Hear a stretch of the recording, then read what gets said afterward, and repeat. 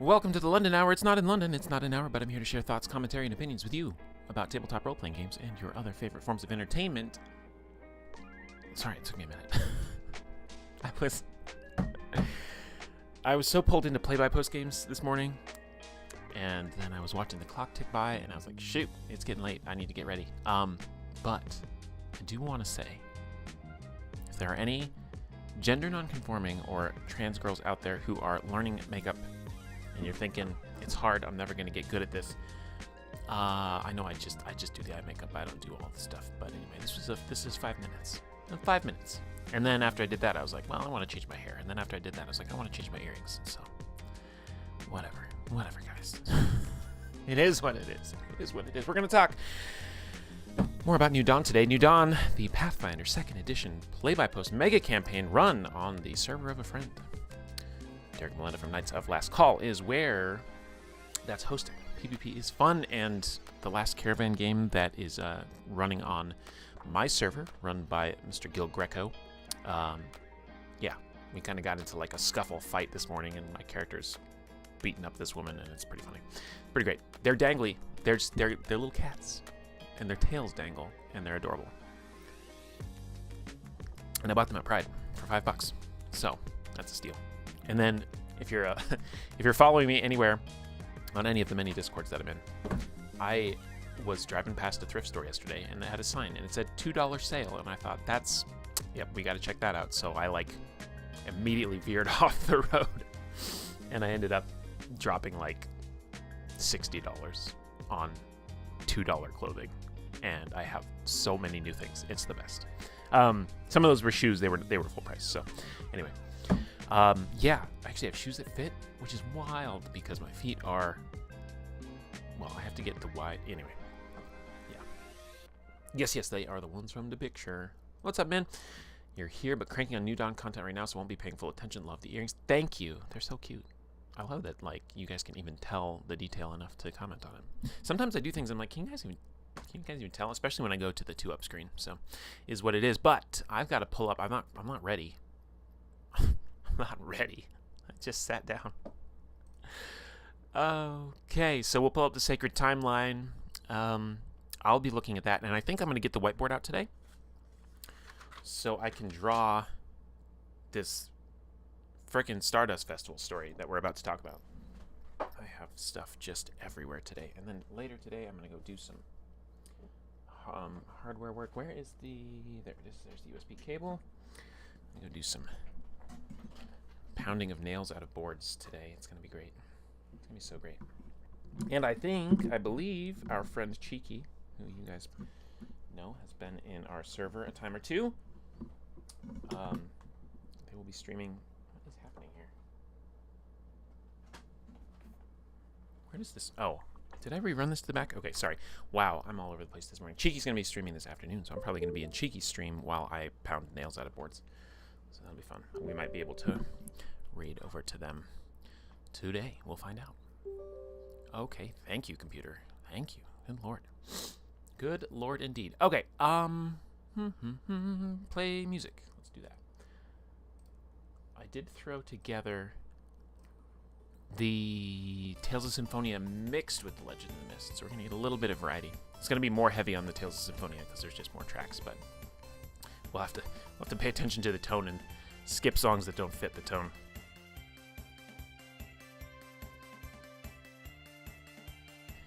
Anyhow. Yeah, this thing, I don't know about this. I don't know about it. And the transition here is like this like knit thing, and it kind of has like elasticy built into it, but it's clearly old and like it's like falling apart. So I'm kind of like I could just take it off at the sleeve, but we got danglies today. So we are going to be dangling. New Dawn, please open. Thank you. And I said I was going to read what happened in the Stardust Festival, and then I didn't. So I'm going to rely on you guys for help, honestly. But it's okay. I've got the timeline pulled up. We are in the month of... God, we haven't even got to Explorers yet. This is so incredible. This game is so incredible, guys. It's going to make me cry. I'm going to start my day by crying. Is this it? Yes, okay. Okay, none of these are linked. That's the problem. That's what got me stumped last time, because I don't get back to linking posts until Serenith of 4724, which is, I think, when I first started making the timeline. Didn't have time to read it, unfortunately. That's okay. We're going to relive it together here in live Technicolor. So I suppose I want to go look for the post. Oh, did I? I did. Okay. All right, sorry. I'm all over the place. Let's back up a little bit. We're going to go back to the middle of Serenith. In fact, I think what I did last stream, didn't I do this? And look at that. Yeah, it is. Okay. So I mean that's useless, but at least you'll see like when I'm zooming in and out of things. So here, this green line that's sort of on the bottom, this row. Yeah, you can't see this stuff. What a silly idea I have. Whatever, we'll zoom in, see if it's worth anything. This one right here is called A Polite Offer. And that is when Ivonia Nasio showed up and she made the deal with Lord Hanlon to basically extradite Nivix back to Nidal. And Hanlon's like, keep your hands off my people. Like, we just went through the story where the elves tried to take Sterling back to Kionin to face justice. And we didn't know really what that meant, if they were going to have her killed or what. But we said, fuck off. And similarly, Hanlon says, I'm not going to tell you to fuck off right now, but when I get back from this trip, we'll talk about it, and I'll probably tell you to fuck off then. I think she sends spies after him while he's in Kenabris, too. Like, when this is wrapping up, I'm 90% sure. What does she do? She sends, like, a bird messenger? No, she sends a guy to, like, stalk Hanlon in Kenabris, and Hanlon, like, notices him and, like, gets him in an alley, and he's just like, so, the fuck is the deal? And he's like, I got hired by this lady to watch you, and I'm supposed to send this message back. And Hanlon's like, okay, well, here's the deal for you. Send this message back, but, like, leading her, astray, to throw her off of his trail so that he can come back and confront her in person. He comes back, and bitch tries to assassinate him. So literally, like, does an assault on Town Hall, and, like, and he almost manages to, like, kill or take her captive, but she gets away. She's a swashbuckler, so she was being run at the time as a very clever, crafty person, and she slipped through. So she's still out there. The person responsible for running that character isn't really around, and even when I came back from my hiatus, it got brought up again. I was like, I don't really want to see more of that storyline. Like, I'm kind of over the woman who has a fixation on, like, killing Hanlon. Like, I don't know. But maybe with time, like, sometimes you have to let things breathe a little bit. Maybe with time she can come back in an interesting way. So we'll see. We will see. As far as old stuff coming back, if you guys, any of you are in the road patrol mission right now, Amaya, I just saw you in the chat. Oh my god. Oh, wow. Look, you've been chatting this whole time while I ramble. I'm so happy to see you. Amaya's a good friend. Good friend in the circle of good friends. And now my chat's frozen, so I can't scroll anymore. Why do you do this to me, chat? Plug in. You made it to a live. Welcome to story time indeed. Yeah, I don't know, Maya, if you caught last week's stream. I'll skip the battle music. I don't know if you caught last week's stream, but we went through like 7 months of history of this game. So we're like 25% of the way through, while we're actively writing more every day. Bold cereal ready to listen. Yes, what is your cereal of choice? Actually, everybody in chat, if you had to pick one cereal. Mine is kind of a boring... Mine's a boring choice because I can't have like the super too sugary cereals. It's too much. So I go for like a Frosted Mini Wheats kind of thing. It's a little bit of sweet, but not too much. But maybe I'm deluding myself and it's a lot. I don't know. Anyway. Oh, that's funny. And then Hippo, you already asked Reese's Puffs. Oh, I haven't had Reese's Puffs in forever. You're jealous of all our PvP stuff, Amaya.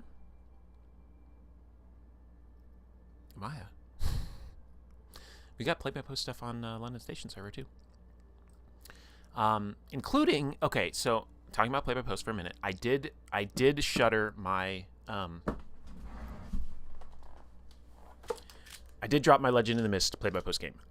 It was not working for me over play-by-post for one of 3 reasons. Either I'm not good at doing published adventures, which is true, or the game is tough to adjudicate through play-by-post, which I think is true. Every roll requires a lot of adjudication, so every single roll you're doing a lot of kind of lifting.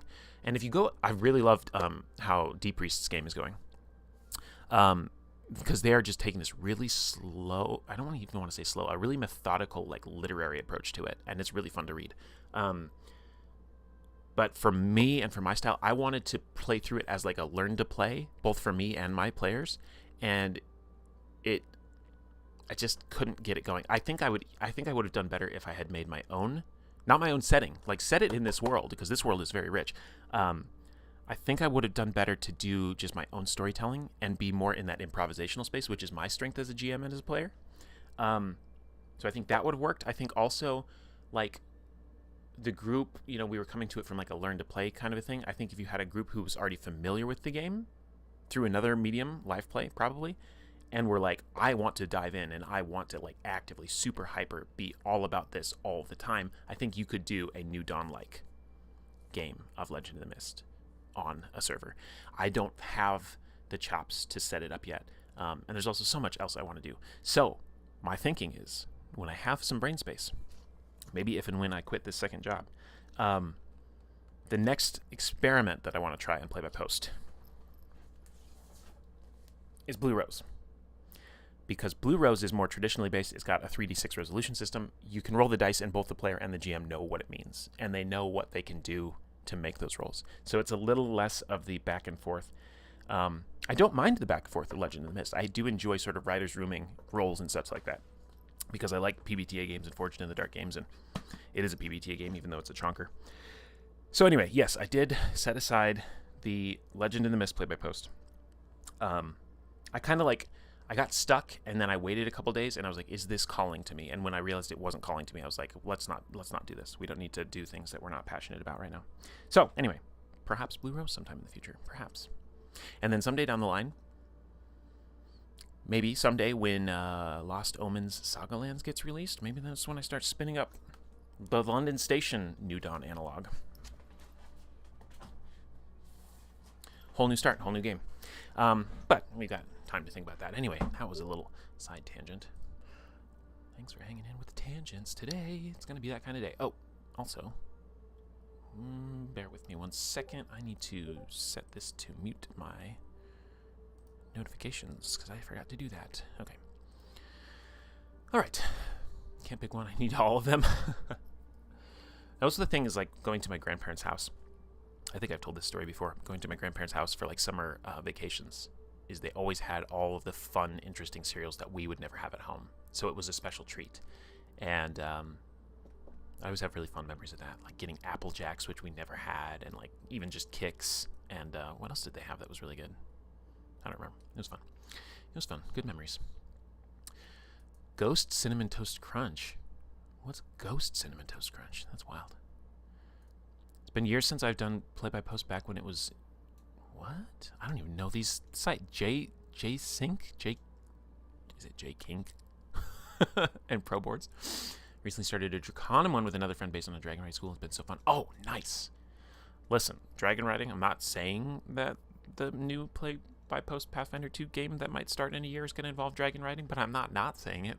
So, anyway, very, very, very cool. All right, back to the timeline. I think I needed to do this. Oops, nope, that's wrong. Hold on, let me... Sorry, this is going to be jank for a second. Just pretend like you're not seeing tons of tiny tabs in the bottom corner of the screen. There we go. I need to alt-tab between these so that you guys continue to see the same thing and don't jump around all the place. Okay, let's go. Good lord. All right, sorry about that. 20-minute intro is over. Our 20-minute intro is over, and we're actually going to start talking about the Stardust Festival. So, we need to find the posts, and I think they'll probably come up with... Oh, I have the names obviously right here. So we need to look up Stardust and Canabras. We did tell the story about how on the way up there we found that guy who had been possessed by demons to kill his own people. He felt super guilty. We were like, hey buddy, it's okay. These things happen. Tabs, what are those? What is that supposed to mean? Partner specifically requested Applejacks. Yeah, they're good. Now the only real experience I have with cereal is like at my second job, they have like the little like cereal dispensers that you have in like continental breakfast things, and they're like, this is just free, like you can have this if you're on break or whatever. So I'll get a coffee filter because I know they're cheap, and I'll like put a bunch of cereal in there, and when I take my breaks I'll just sit there and like eat the cereal. I'm like, look, I'm here working for you, pay me in cereal.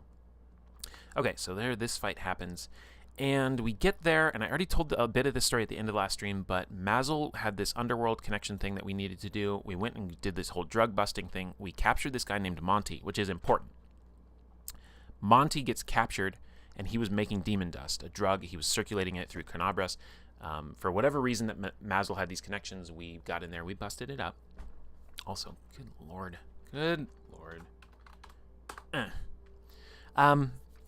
We got in there, we busted it up, and then the kobolds that we had visited the last time we were in Canabras, when we fought the mutant alligator, Nivik still had a connection with those guys, so he actually took Monty with him, and he like had him be held by the kobolds so that we could like transport him elsewhere later for justice. But Twitch kind of went crazy. Twitch was the goblin who joined into the campaign just prior to this and smashed a dude's head with his gigantic hammer because he was a barbarian, and he was like, well, I'm in barbarian rage, I'm going to smash this guy's head like a watermelon, and we were all horrified, and then we had to cover it up. And then Hanlon and company come back to the Stardust Festival where everybody's having a good time, and meanwhile, Aiko and Sterling, if you didn't catch the last stream, Safa and Aiko are the same person. They're called a split soul, so they're aspects of the same person, but they're not quite the same person, and we spend like a year and a half untangling that. So, whatever. I don't know if they're whatever. Min's in the chat. Min can answer for himself. So they literally like went out on this like dinner date thing that was kind of unexpected. Aiko had told Sterling at this point, like, I am interested in you. Safa's interested in you as well, but she would never say it. I think that like explicitly happened. So they kind of go out and have this nice little cutesy cuddly date thing. And I wish I had read this before the stream, but it's okay. We're just hanging out. I know that New Dawn streams are going to be basically I'm just streaming to friends, like whatever. I don't have to put on a show. Let's see. Oh, White is here. I forgot White came along. Yeah, that's basically the idea. You could call it a split personality. There's more to it, but that gets the idea across, yeah. Yep, and it's not done splitting yet. I mean, it kind of is. I don't know, whatever. Anyway, nuance. Yeah, I forgot that White was along. And Remy's here, too. Okay, so Remy and, what was Remy's dog's name?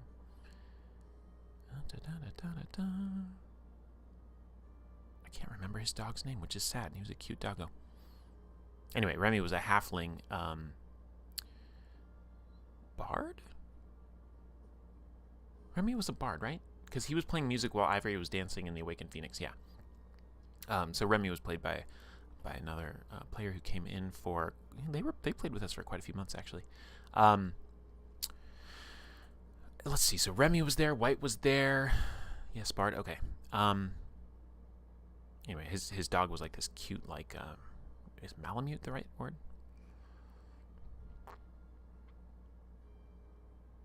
Anyway. So there's a point at which, like, this story was happening in one post, and then it split off into another post, and then they, like, crisscrossed, and the stories, like, do this for, like, 3 days of in-game time, and that's why I really want to sit down and, like, throw it all in a Google document and arrange it chronologically, or not even chronologically, but, like, cut back and forth between things. I had to do that when I did Rose Song and Call, which is a story about stuff we haven't even talked about yet, where, like, there were things that would jump back and forth in scene, because multiple conversations were happening at multiple times, but then from an editing point of view, I would take them and group them into their actual conversations. So they progressed as scenes, and then I was looking for the transition point. So I actually did quite a bit of editing work in Rose Song and Call to make it flow better, and that's what I would need to do for this too. So anybody want to give me like a full-time wage so I can just sit here and like novelize our play-by-post game? That would be great. I will put a donation link in the thing. Just a full-time wage. Just put a full-time wage in there. That'd be great. Appreciate it. Okay. So yeah, White and Remy are getting to know each other. White, again, is the sort of the middle child of the Kitsune family. She had an injury when she was young. She almost died from that. Rolug saved her. So she has a scar, and one of her eyes is a glass eye. She is, what's a good word for her? Ornery? Temperamental? Irritable? Maybe? She's just kind of like not had the best upbringing or life, and for really tragic, sad reasons if you actually dig into it, so it's not great. Oh, are you? Yeah, let's get the actual quotes straight. We like you too, Sterling, but that's like triple for Giddens, she says wryly, and though her tone is unperturbed, she does blush slightly, and I figure you probably wouldn't go for that. Well, turns out. Let's see. So yeah, so White and Remy are hanging out, getting to know each other. White's talking about her life in a hole and how it was not great, but I mean, like, I say, like, it's not great, but they're just very much like, that's life. Like, our life is misery because we're monsters, right? Like, we should hide because we're monsters and everybody wants to kill us. It took so long to work that out of these characters. Yeah, here's Remy right here. I don't think it's a fair comparison, White. I've seen monsters, real monsters, and most of them were men. They did unspeakable things to other living creatures, two-legged and four-legged. I think being a monster is how you act, not what you are. And if I don't think you're a monster, then, well, maybe it's just me. But I have to wonder, why do you think you're being a monster? That was a great post from Setcho. Anyhow, okay. Now this jumps. Okay, so here's the bonfire. Here's Canabras.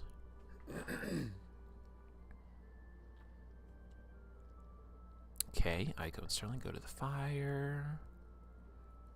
Prelate Swith addresses the crowd. He's like, yeah, everything's awesome. There's no demons that have been released from a time loop. Foreshadowing. Okay, and then... Oh, is this where Majestic Max shows up? Or is the clockwork thing something else? Clockwork thing is something else, okay. I'm trying to not get too deep into the weeds and hit the main points. The one thing I was confused about is, like, when... Hanlon comes back. Okay, here we go.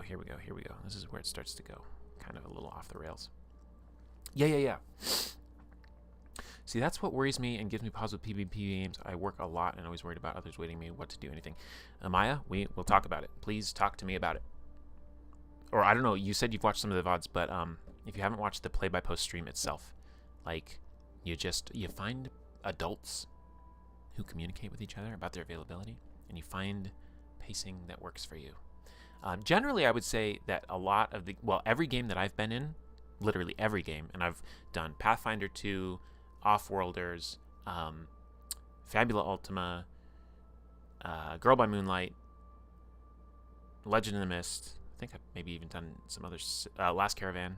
I've done all sorts of different systems in play-by-post, and as long as you can communicate with people and they are on board, generally they're like, if you can make a contribution every 24 hours, most people are probably fine with that. Okay, now, this is where Twitch is talking about how he, like, smashed the dude's head. Twitch fights guards give drugs to children's. This. Oh, because he rubbed the guy's blood in his hair too. Show Twitch victory in battle. Him hair get more red, more peoples and demons as he kill. And then White is like, you killed someone? And let's see. So somewhere Sterling gets pretty white in the face and gets down on one knee looking at Twitch. Whisper to me quietly in as much detail as you can what creature you cut the head off of. Human guard man who cuts Twitch, he whispers back. So yeah, Sterling's like freaking out. Let's see. And then there's a little bit of a tiff about it. Oh, here we go. Here's some attitude coming in. You didn't know that was a thing. You didn't know what was a thing. Which thing? Oh, the play-by-post stream? Yeah. The play-by-post stream is, it's one of my best streams. It's not in the Table Topics playlist because it wasn't really a Table Topics stream, but one post per 24 hours is kind of the standard ask for PvP participation. And even then, if someone's having a busy few days, you just say as much and everyone understands yes. And then, and I talk about this in the stream, Amaya, and then if you say, my character was present in that scene. I just wasn't here to actually write them in the scene. I'm going to backfill and say, this is the things that they said. And you can even like flash back and say, can we bring you back into the scene? And we'll say like what happened in the middle of this. You can be very creative with it. With people who are like able to like break the like everything has to happen in exact order. Some play-by-post players are like that. They're like, it has to happen in direct order, and I just can't be in multiple places, multiple timelines at one point. And so, yeah, there's different styles. Okay, so here's where Hanlon starts getting irritable with Aiko. This is where it starts to get really juicy. Okay. Now this is in response to... Okay, so Aiko and White start getting into it. Why? I'm trying to recall here. White is mad at Aiko. White doesn't answer that and just folds her arms over her chest, looking neutral. Don't mind her, Aiko says, taking out a bottle that looks to contain a lava lamp of glittering colors like fire. This will make your hair look like glittering fire. Okay, so she's giving hair treatment to Twitch. And then... Twitch is so funny. Such a provocateur. Twitch ignores Aiko for the moment and gets much closer to White, invading her personal space like he was advised to do when his words aren't getting through. Which is true. Like, there were scenes where we're like advising him how to communicate with people. And he shouts, "Why White Lady mad at Aiko for?" much louder, assuming she didn't hear or understand him the first time. White says, "Aiko is unhelpful, that is it." So there's a dynamic happening here, and I'm glad that I saw this, because there's a dynamic happening here of Toma and White, the kid Kitsune, grew up with Safa as like their parent figure.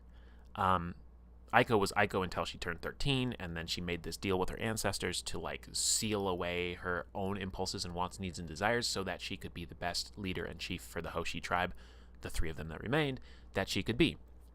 And so then she became Safa. Her Kawari no is what men give a name. I don't know if that's legit stuff or if you made that up, but it's the split soul thing, except for she fully gave over to the Safa personality. Safa Samani, who was a Kelid-looking woman who was able to go in and out of town and get supplies for them and help them out and things like that. So White and Toma have spent the last 10 years with this Safa, like, I'm the rigid, like, protector, and, like, we have to do things in this way. And then Safa starts flipping back to Aiko because these things have been awoken in her, these feelings, from back when we did the wedding scene. And she gets, like, released. And Aiko is carefree and, like, I gave up years of my life for this, and also I want to kill the Safa personality within me, and I want to have fun and do what I want to do, and not necessarily think through the consequences all the time. She's not the most consequence-thoughtful person. So White is like, fuck you. Like, you just get to be this new person, and you're like, you're not helping us anymore, and you're not responsible anymore, and like, we're just supposed to figure it out on our own. Okay, so White says, Aiko is unhelpful, that is it. And here's the other great thing. Here's the caliber of players we have in New Dawn. I'm talking about these characters, White and Aiko. They're both written by men. We have a thing, and I think I talked about this in the PvP stream, called BYOT, Bring Your Own Trauma. Because it's a GM full game is a term. You know, you've heard of GM-less games. GM-full games are games where a lot of people take on responsibilities that would typically be known as GMs. So we're playing characters and NPCs and running missions for each other, and we're all doing it all together all at the same time. So all of this drama is like just men, just going off the top. So good. Yeah. No one worries about people being too slow. One person today is super fine. I just live through these game streams. I don't think I could even do once every 24 hours. You know, and if that's the case, that's the case. And sometimes maybe you find a group who even has a slower pace. But nights in healthcare, no, that's got to be hard. White was still a PC at that point, right? No. White was not a PC until Explorers. NPC. Oh, you meant NPC. Yes, so she was still an NPC at this point. She was not a PC yet. So, Aiko says, you are a grown woman now. You don't need my help. So she's talking about being helpful, right? Now, Hanlon's back. And Hanlon is irritated with Aiko because he knows Aiko's irritated with him. But he thought he was pretty clear that he's like, hey, I tried to start broaching an idea of a relationship with you, and you seemed okay with it, and then you switched back to Safa and then said we could never, and then it broke my heart, but I tried to make it clear that I was waiting for you, but I don't think that came across, and so I'm a little pissed off with you.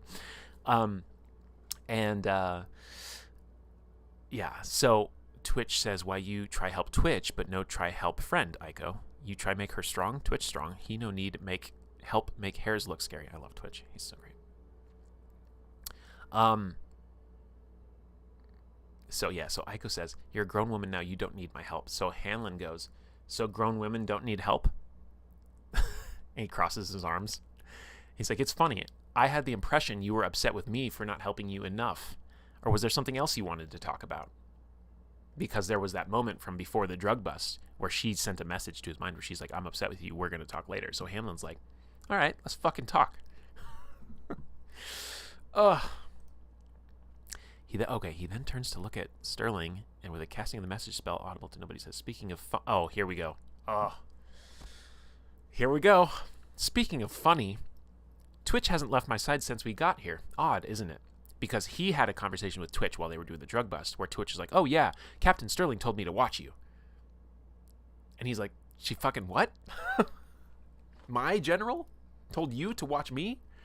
So he's about to start getting into that. Let's see. Drama. Hopefully I counterlinked this well back in the day, because now it's going into a scene between Twitch and a merchant. So I don't know where this gets picked up. Okay, here we go. This might be it. Okay, Sterling, you liar. Here comes Sterling, lying. He's making sure you don't get yourself injured. You are the chieftain, after all. Now, what's this about decapitating city guards, she asks Hanlon, before turning to look at Aiko, and then White, and in Tien, she adds, Aiko doesn't want to help you, maybe I... Oh, if Aiko doesn't want to help you, maybe I can. So Sterling is the peacemaker, right? Always trying to, like, make sure everybody's getting along. I wrote, Hanlon clenches his jaw. So, she was going to pretend. Play dumb. Fair enough. He'd see just how long she thought that was a smart idea. This scene is worth going through. Like, maybe this whole stream is just Stardust. Oh my god. It's funny. I keep like wiping tears from my eyes. So I have this thing. I've talked about this before with some other people. Also, where is my... Oh, there it is. 1 second.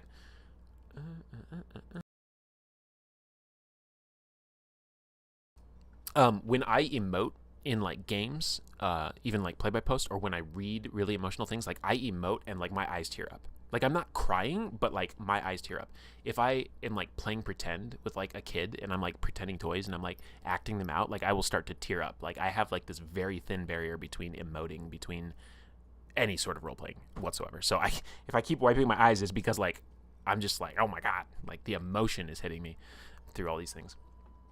I did say last time it was going to be just Stardust. You did, that's right. Oh my god. Oh, you forgot about the scene? Remember when they... Okay, well, you'll find out here in a minute. Because I know what's coming. Okay, he looked at Aiko, tried to gauge if she wanted to talk now or later, but given that was a conversation he wanted to have, maybe he'd save that one for later. And then he says, come on, to Sterling, gesturing to a small table and chairs at the edge of the courtyard. Let's debrief each other. Twitch, he said, calling out to the goblin. General watch chieftain now. You take break.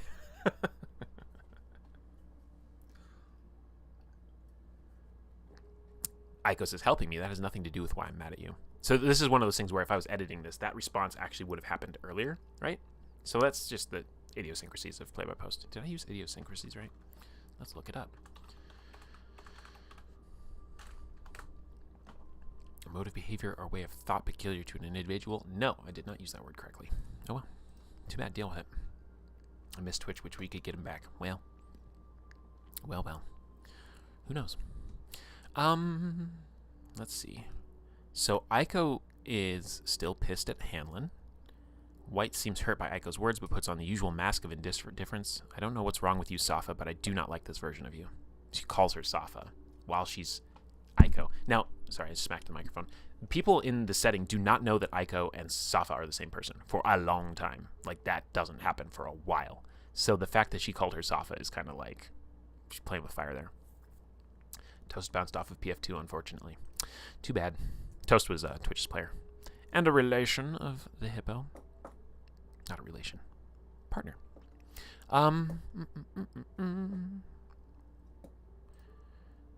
Okay, Sterling says, sorry, White, I'll help you after I speak with Hanlon if you want. As she walks with Hanlon, where she realizes he's mad. You shouldn't be mad at Twitch for staying that close to you. I'm the one who told him to keep a close eye on you. I assumed since you outrank me, you could just tell him to leave if he was too annoying. Was I incorrect? Hanlon goes, is that all you told him? Let's see. I told him to protect the people of Stark Keep, to not start fights for fun, to watch over you, make sure you don't go off on your own without telling people, and... hesitation. To let me know if you and Aiko went off on your own together.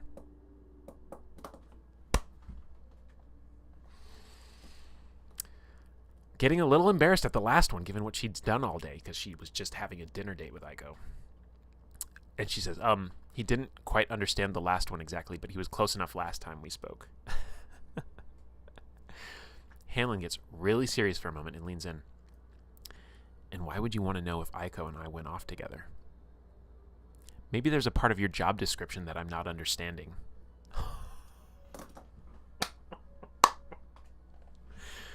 Holy shit. Oh my god. Alright, let's skip the battle music. Okay. This is too happy for this scene. Alright. Let's see. Aiko watches Hanlon and Sterling go off. She seems conflicted for just a moment. Doesn't she goes off and she starts some trouble here. Yeah, okay. This is the order of which it happens. Okay, I remember now. Right? Right? Oh, it's not. Oh, man. Okay. Sterling sighs and internally thinks, so that's the part he's mad about. Figures. She says, you can reprimand me if you want, I guess, but I was just worried about Safa. She turns her head to look back at the place Aiko and White were. I know how tempting it is to look at Aiko and think, oh, that's just Safa, and go along with whatever. But that's not Safa. Not exactly. And just because Aiko is okay with it, doesn't mean Safa is. So if you went off with her, I just wanted to check in with you later to make sure you didn't do anything to upset Safa. But here I am, the fucking idiot. I should have had Twitch watch me instead. And I did. I let that go. I said Hanlon misses the last part, too confused by everything else. Sterling, what in the name of the gods did you think I would do to them to upset Safa? Me. You didn't specify Mazel or Nivix or, hell, yourself. You sent Twitch to watch over me for protection. Okay, whatever. That went its own brand of terrible, but to have him watch me and Aiko and report back to you? He asks, then shakes his head. No, something's not adding up. And then I had him go like, wait, what was that last part again?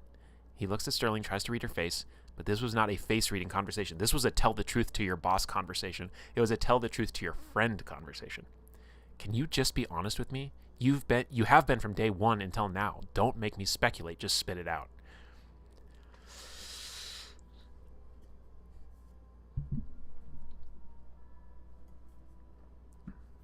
Oh. My God. This stream is destroying my makeup. It's hilarious.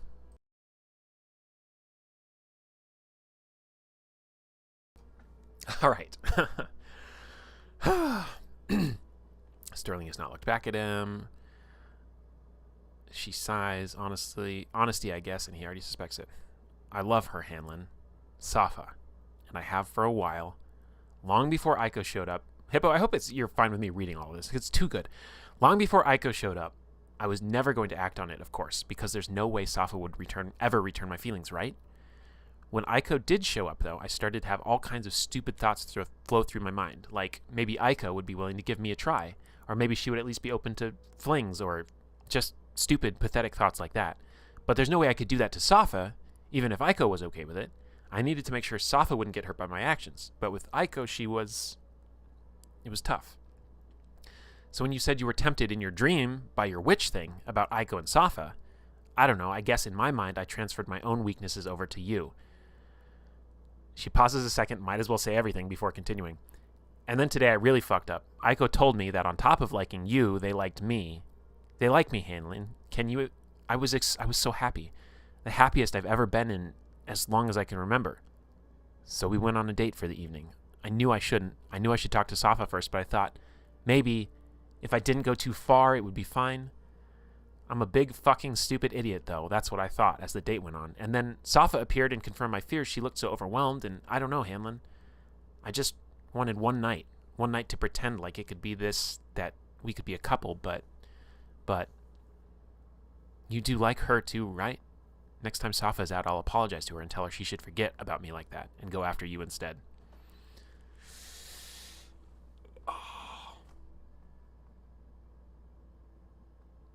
Oh, you guys can't hear the music? Hilarious. Well, let me turn on the source. I've been jamming out this whole time. Boom. There you go. My bad. Okay, it's about to get tender and sweet now. Hanlon reaches out and touches her hand. He can see the distress all over her face, and it's killing him to see her like that. Thank God it's something like this, and not, who knows, Sterling plotting to kill him and take over or some nonsense. Hey, he says, while she averts her eyes. Look at me. When she does finally meet his eyes, he gives her a wavering smile. We're not going to play guess Safa and Aiko's intentions right now. It's not a winning game.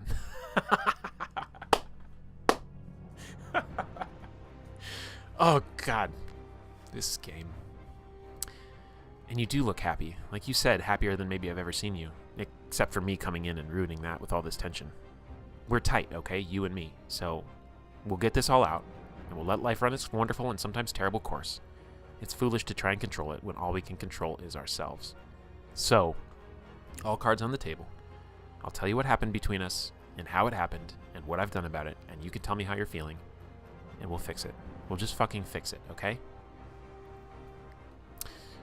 Everybody starts crying. Okay, and then he goes, but before I do that, why didn't you tell me at the wedding? I had you dead to rights. You couldn't open up to me, tell me how you felt about her. So there was a moment at the wedding, which was 2 months before this. There's a moment at the wedding where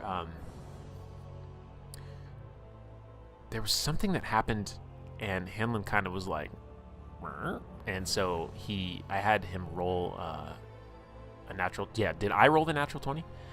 I think I rolled a natural 20 to like suss out that like she had feelings. Or no, you rolled a natural 20 to resist telling him the truth. That's what it was. So Hanlon was just like, there's some comment about Sterling was talking about Safa about being, friends, and Hanlon was like, just friends? Because there was like a lot of concern there that he was like, there's more to it than that. Yeah, and then Hippo rolled a natural 20 to not tell him. That's so funny. She says, I was never going to act on it, not in any real capacity, so there's no reason for anyone to know. It would have just made things complicated and hurt more. Hanlon gives her an endearing smile. You're really naive sometimes, you know that? Maybe if you told me, you wouldn't have had to send a spy to watch over me. He leans back a little and has a more of an amused smile now, though I have to say I'm flattered you tried to take me out of the running. Oh, and then I had a server walk up, like an NPC server. And she's like, do you guys want a drink? We have a great Stardust drink special for couples. And Hanlon's just like, I'll stop you right there. Ale is fine. Yeah, oh yeah. The server has annoyed teenager energy and rolls his eyes. Out here holding hands, but whatever, none of my business. He walks back to get the drinks, because I had Hanlon like reach out for her hand, like, hey, like, we're going to be okay. Oh, so funny. This story is not over yet, by the way. This Stardust thing keeps going. Oh my god. As far as taking him out of the running, that was never my intention. I just wanted to make sure you weren't going too fast for Safa. Now that I know she likes you too, I think you should be the only one running for her. So now we have the trope of like both of them are like, no, she should forget about me and be with you. And yeah. Hanlon says, maybe that'll change when I tell the story.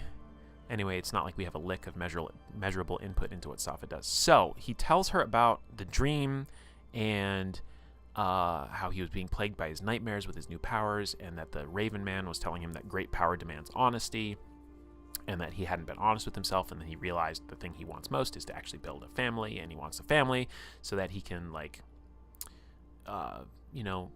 fix his family's cycle of like abuse and whatever. He wants to like do a family right, and it's something that was really important to him that he didn't realize about himself until that moment. So he tells her about how Aiko came out, how they broached the idea of a relationship. Then Safa came out and said that they can't. And he says, So now Aiko is mad at me, I suspect, because I'm trying to honor both of them and not just one or the other. I thought I would give them time, maybe they'd integrate better or start to get along. I was going to ask her for some time alone during the festival. Maybe not a date, but I don't know. A date, I guess. Try and talk things through again, get a read on the situation. I didn't know that she had other interests, too. Safa would be stupid to let you go, he finishes and takes another drink. Yeah, and then they argue about who's better for her. Oh yeah, and then I said, and when it comes to Aiko, he looks over from their table back at the group and notices that she's disappeared. We might want to go find her. Come on. Yeah. I love that scene. I love that scene so much. It's so good.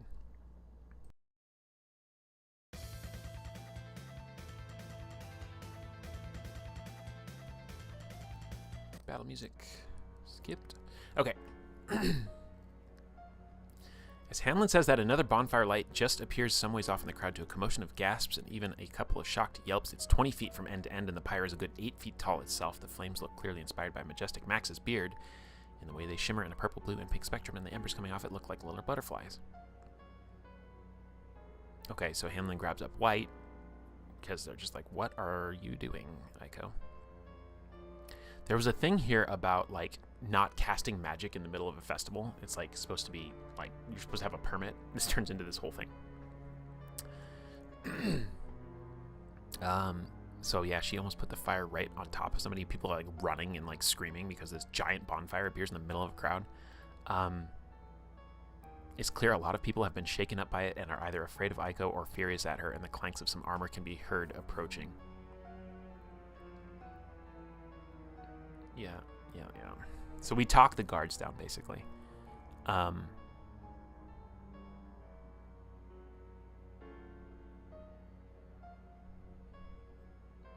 don't want to toot my own horn too much, but we're pretty good at this whole RP thing. Yeah, we are. And still, at this point, like, we still haven't even... Where we ended last stream after 3 hours, we've spent another hour, 20 minutes with me effing around, but another hour, and we've advanced, like, 4 hours in actual gameplay time. So we haven't even gotten to so much. Twitch is, like, gonna fight the guards. And Hanlon looks over at Twitch. Twitch, if you harm anyone or resist these guards, you will be arrested, and I will let you sit in jail overnight. Okay, so he tries to diffuse. He's like, this is just a misunderstanding. We just have some cultural differences down in Starkeep where we are allowed to do magic in the streets and whatever. Then Min, in out of character, goes, how is Hanlon dressed? Does he look noble or at least like a man of influence? And I say, unfortunately, he's in his bust-up gang violence gear and has a sword wound on his body somewhere. Okay, so the guards come. Twitch silently turns back to Hanlon as if asking, we kill again? Oh my god.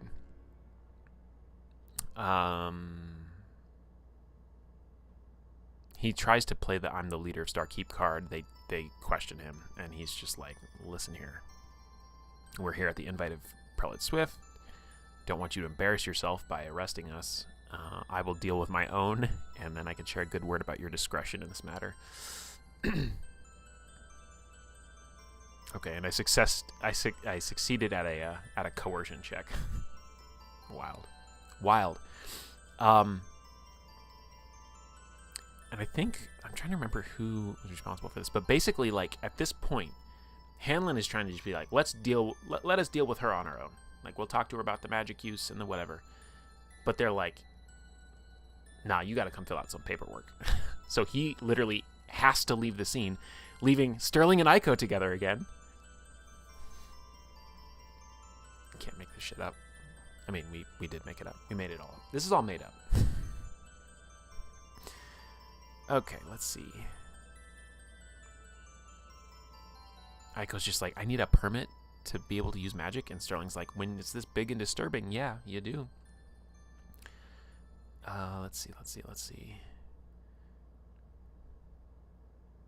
She's just like annoyed with all the people who freaked out about the fire. She doesn't understand.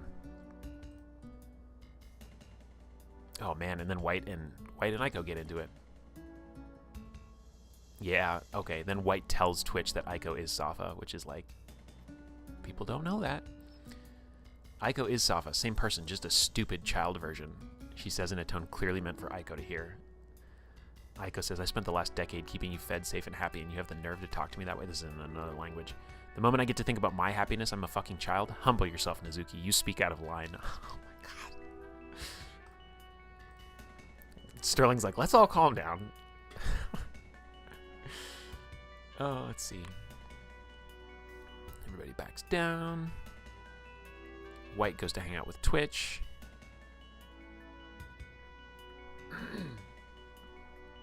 Sterling and Aiko hang out by the bonfire, and I believe this is when they get their street corn.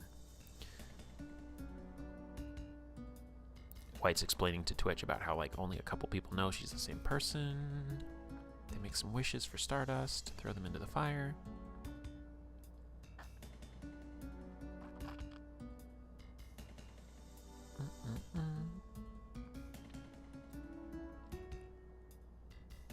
Oh, this is a couple days before Stardust proper, actually. So it's actually a multi-day festival. So Sterling saves her wishes for the actual day of. She waits.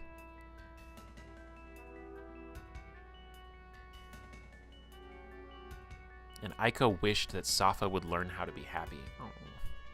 God, that's heartbreaking. Min, you're a monster. Literally, like, the other side of her, even though she wants her to, like, die so she can take over, she's just, like, still, she's like, it is me, though. Even though they're in denial about it. She's like, I wish this other part of me could learn how to be happy, because she's the embodiment of the happy, carefree, what she could have been. Oh, it's so sweet. That's heartbreaking. And then she's like, all right, well, let's go dance or something, or see what else there's to do. What did Hanlon have to talk to you about? And Sterling goes, I think he wanted all three of us to talk about it together. We should wait for him. And then they go dance. Hanlon returns from his paperwork in a state best described as unamused. I love this. He's received first aid care from the earlier wound. Guards were gracious enough to not ask too many questions.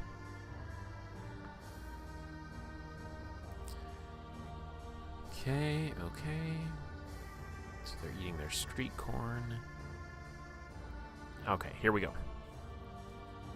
Aiko eats another bite of corn before using the cob to point at Hanlon. All right, talk time? Hanlon smiles nervously. Yeah, just one sec. He looks around a bit until he's able to flag down the corn vendor, and he gets his own. I haven't eaten a thing since the smithy shop, he explains. Oh, that's right. You know what? You know what also happened in this whole festival? Earlier in the day, we had gone by the smithy shop to meet up with White Wizard's character, Ombre. This was... I wonder if Explorers had started and it just started later in the timeline because Ombre was in Explorers. Interesting. So yeah, they went to this smithy shop to, like, move some runes and weapons around. Maybe this happened later. Maybe I'm crossing my wires, but... Okay, so first things first, Hanlon wants to see if Aiko made up with White. She gives him a look that says she doesn't know what he's talking about. Later then, he says, no need to drive that one home right now. So Aiko says, okay, so what the heck was that with Safa? Let's not do battle music for this. What the heck was that with Safa, she asks bluntly. Hanlon looks at Sterling blankly, then back to Aiko. Like, a month ago? He asks. Yeah, and since, she says in the same tone. Alright, so Hanlon says, okay, what? Was I supposed to ignore everything she said? I walked away and put my heart on your doorstep, and you stepped right over it every single day. And where were you that whole time? You couldn't work with her, try to figure out how to... She said you were going to cause me trouble and make things difficult for me, but not a peep until the festival. What did you expect me to do? So he's like, y'all need to figure your shit out. Like, this is not on me, in his opinion. Sterling is just eating her corn awkwardly, watching and listening. And Aiko says the expectation was that you would talk to her about it, make some effort to make her see how fucking stupid she's being. I was giving you time to, I don't know, be a man or something. I don't know what you're waiting for, but at this point I can only assume you've got no intention of following up. Why? Are you not interested anymore? Ah, the drama. I am, he flushes. I'm very interested, but my timing is terrible, clearly, and waiting to do something about it until the festival was definitely the fool part of me. Sterling does not like when Aiko calls Safa stupid. So she glares at her. And Aiko goes, what? She is. And if you don't see that, you're being stupid too. Why should a bunch of dead spooks decide who she's allowed to like? Tell me. Why? I'll wait. Hanlon says, that's complicated, but I don't want half of you and the other half mad at both. And that doesn't even take into account, he trails off and indicates Sterling with a gesture.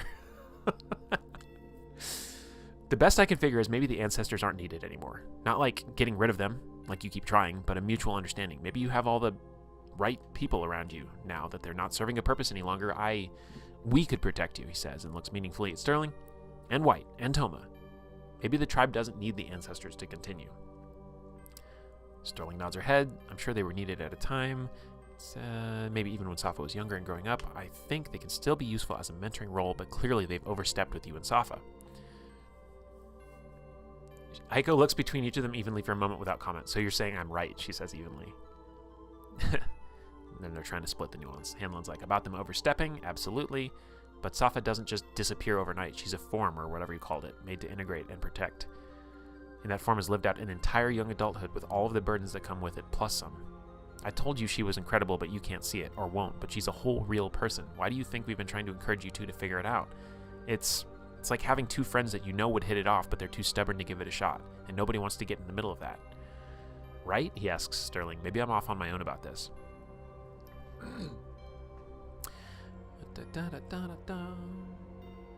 They're both, yeah, Hanlon and Sterling are both trying to communicate to her that like both parts of her need to be happy.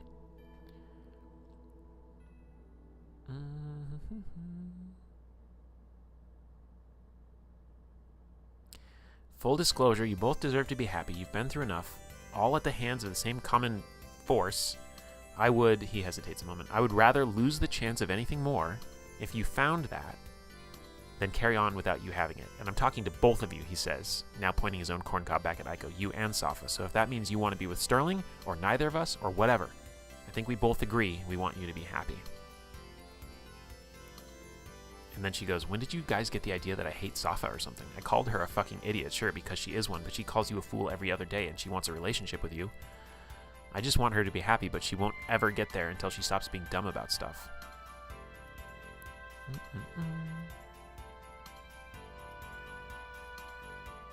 Yeah, hopefully we can stop playing the split soul game. I'm going to win eventually anyway, she says with a smug smirk. So she's talking about like eradicating the Safa part of her personality. And we're just like, that's horrifying, stop talking like that. And she's literally like, you guys both like Safa, so she probably shouldn't go away entirely.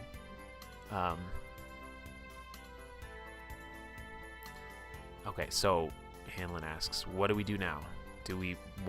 Should we try to talk to Safa? I'm not sure if you can let her, or would that be helpful for you, or like aggravating? You're here now and I want to respect that. There was this moment where I was role-playing this where I was like, how do you respect a separate personality from somebody? You're not going to be like, I want to talk to the other one.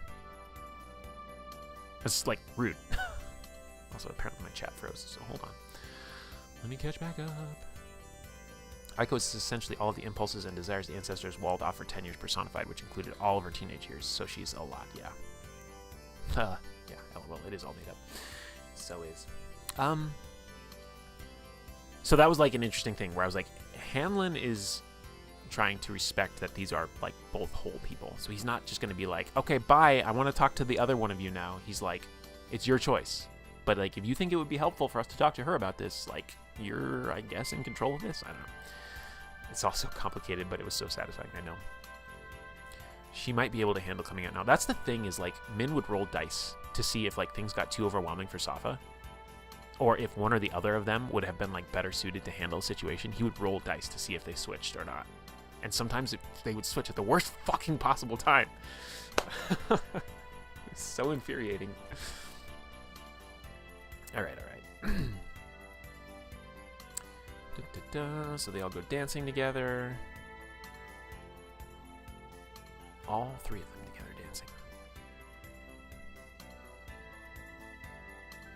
Oh, Hippo with the knife twist. Sterling was still a bit off her dancing game, despite being at least a little more clean than the other two, her mind still wandering.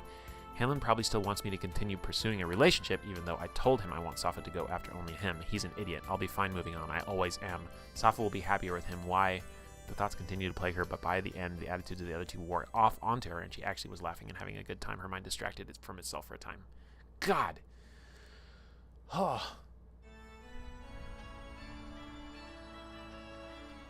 I'll be fine moving on. I always am.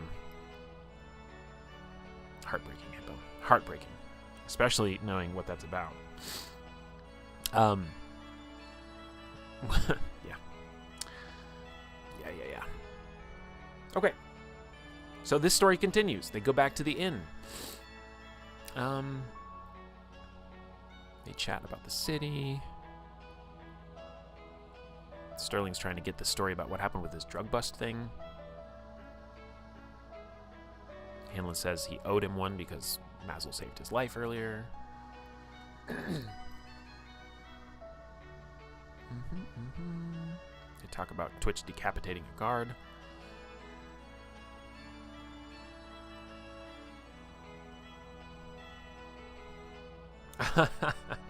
Min is such a great RPer. Yes, I love everything to do with Safa. Also true. Safa is a difficult character, though. I know that this has come up where other people in playing in New Dawn are just like, why the fuck do you tolerate this Safa character? And like for Hippo and I, who have had characters who have gone through this journey with Safa, we're just like, it's complicated. But yes, is she a problem? Yeah. She's a fucking problem. But we love her. Where did I put my coffee? Oh, it's right in front of my microphone. Persistently want to give Sterling a hug. Always, she's amazing. Yeah, Sterling's a real one. Let's see. So, here we go. We've had a conversation now. Aiko takes a few deep breaths, and her form shifts to that of Safa, who looks very awkward in Aiko's clothes. She sits up and looks down at the sheer amount of bare leg with clear disapproval, but then turns her attention to the discussion. She offers to talk to Twitch about not decapitating people, so that's cool. So they both like freak out because Safa's here, and they're like, "Okay, like we've got to explain the context of everything that just happened."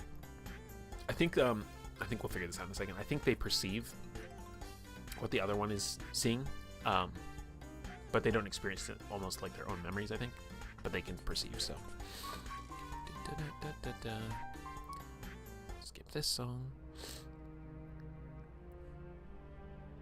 She is irritated by the clothes. She does some magic to change her clothes. Oh, she goes invisible while she changes her clothes. That's hilarious. So she goes invisible and literally changes into a different set of clothes. That's funny. Oh, here we go. And then she says, the ancestors are not always correct, are they? And Hanlon says, they're just people like you and I. Like, they're just old people, kept in a spiritual form. Yeah. Sterling says, yeah, they're doing what they think is best, but what's best now isn't always what was best in the past, back when they were alive.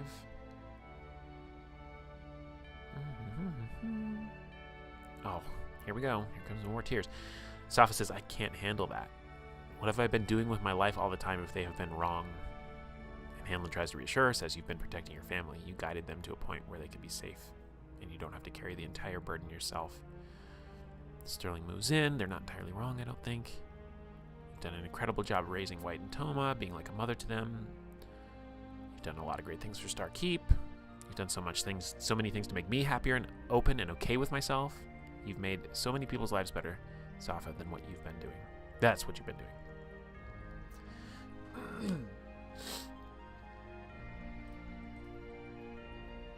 Okay, then the ancestors come out. And she's like scared of them.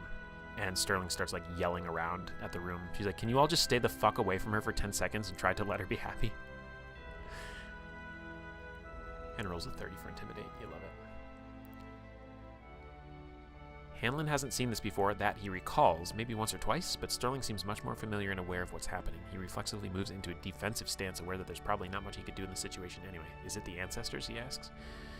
Sterling nods. Hanlon says, tell them we want to discuss their relevance. Which is bold as fuck. Oh, man. Okay.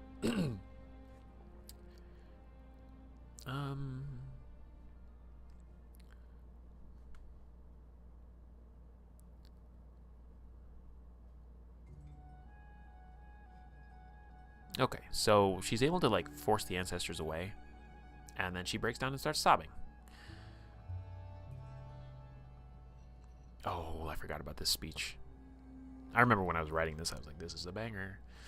Sterling can't hold herself back anymore at that point and just runs up to Safa, wrapping her hands around her and saying, it's okay, I'm here. We're here for you. Hanlon gingerly picks up the bag of star orbs. His face is contained rage as he looks at the sobbing form of Safa. He holds them aloft at face level. I don't know if you can hear me. I don't precisely care in this moment. You will know this one way or another. If I have to research how to get through to you, I will do it. So I will make this clear. You may not torment my people. He shakes the bag with each emphasized word. Safa and Aiko, they are my people. Sterling is one of my people. You should have pride in your descendant, but all you show is contempt. This is more than proof of your lack of judgment. It's all I need to know to start asking whether or not you're an enemy. He holds them a moment longer, glare burning a hole through the bag containing them, then sets them gently and respectfully down where they'd fallen and crosses the room softly to Safa and Sterling. Places a hand on each of their shoulders, holding the space for Safa's pain. They have no idea what I said, do they? He says, at a moment when a trickle of levity seems appropriate.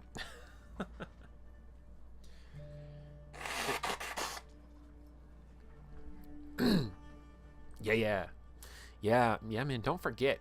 Don't forget how much shit we went through trying to get these ancestors under control. But yeah, that was a bold play. Coming to see how powerful they are later, and like when we start actually holding the orbs and having to make like will saves to even interact with them later on. That was a bold ass move. That's a bold ass move. Safa cries for a long time. Sad. And then there's this heartbreaking stuff. Classic. She cried for the years of hardship, having to stand strong and be the one pillar holding up the legacy of an entire tribe when she was only a child. Years of stress and paranoia, not knowing if the tribe would ever return and fearing the entire world outside the den. The years spent without hope, the years of having no clue what the future was even supposed to be when only the three of them remained. But mostly she cried for the loss when the ancestors blocked away her desires. It dulled the entire concept of loss, but now she could feel things clearly, and it was a delayed hell. Her parents weren't coming back. Her tribe wasn't coming back. They weren't coming back. Safa cried until there were no tears left and lay collapsed in Sterling's arms, limp and devastated by the tsunami of emotions for some time. But she laughs feebly with Hanlon's comment. Some did. Some know Taldane. Ha, get fucked. Get fucked, ancestors. Yeah, and then Safa goes back to, sorry, that was childish. Oh, Yuki knows Taldane. And then Hanlon says, oh man, isn't she the nice one? He asks, feeling a little guilty, relatively speaking. That's so funny. Yuki is the ancestor that told Safa to go into town and to, like, open up and, like, try to find the star orbs. So she was, like, the only voice of the ancestors that gave her that idea. And ultimately, I think Safa does realize this after a point. She realizes that she agreed with Yuki and disagreed with everyone else. And she actually took responsibility for the fact where she's like, I actually chose to listen to Yuki, even though she was outnumbered. And so she starts to realize, like, she did have some agency in that choice to, like, go back out into the world. If I'm not mistaken, I think that's explicitly made clear somewhere in the tomes.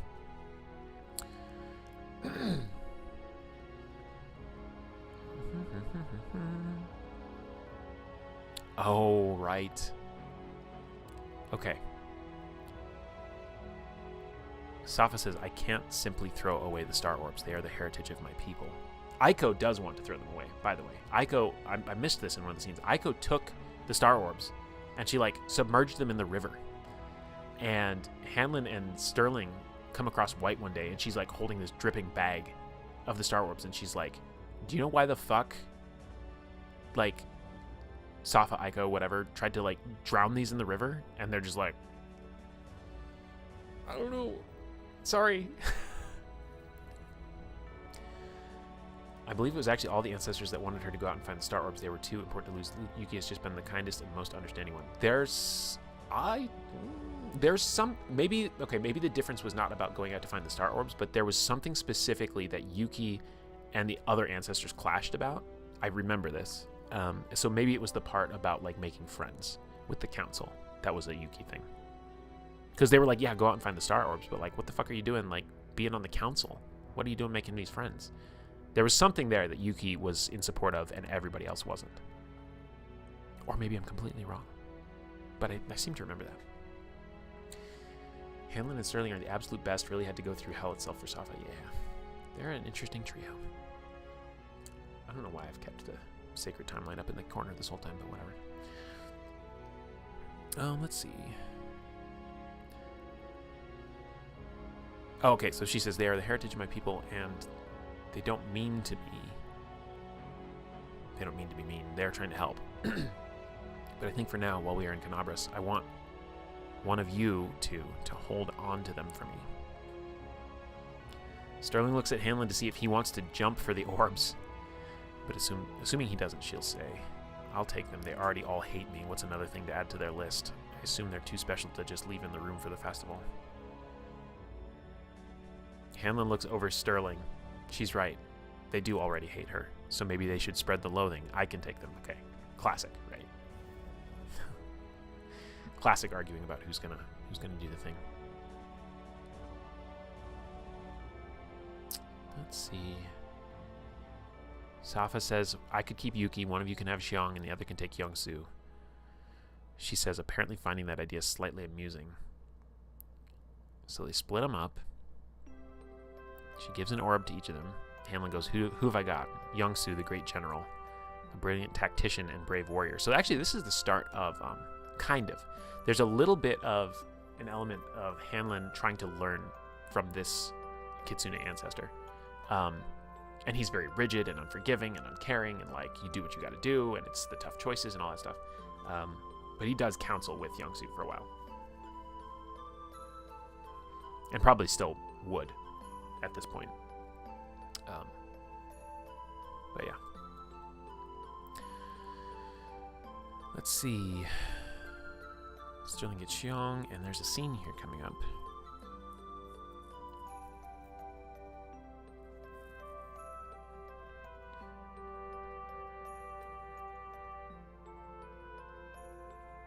Okay, so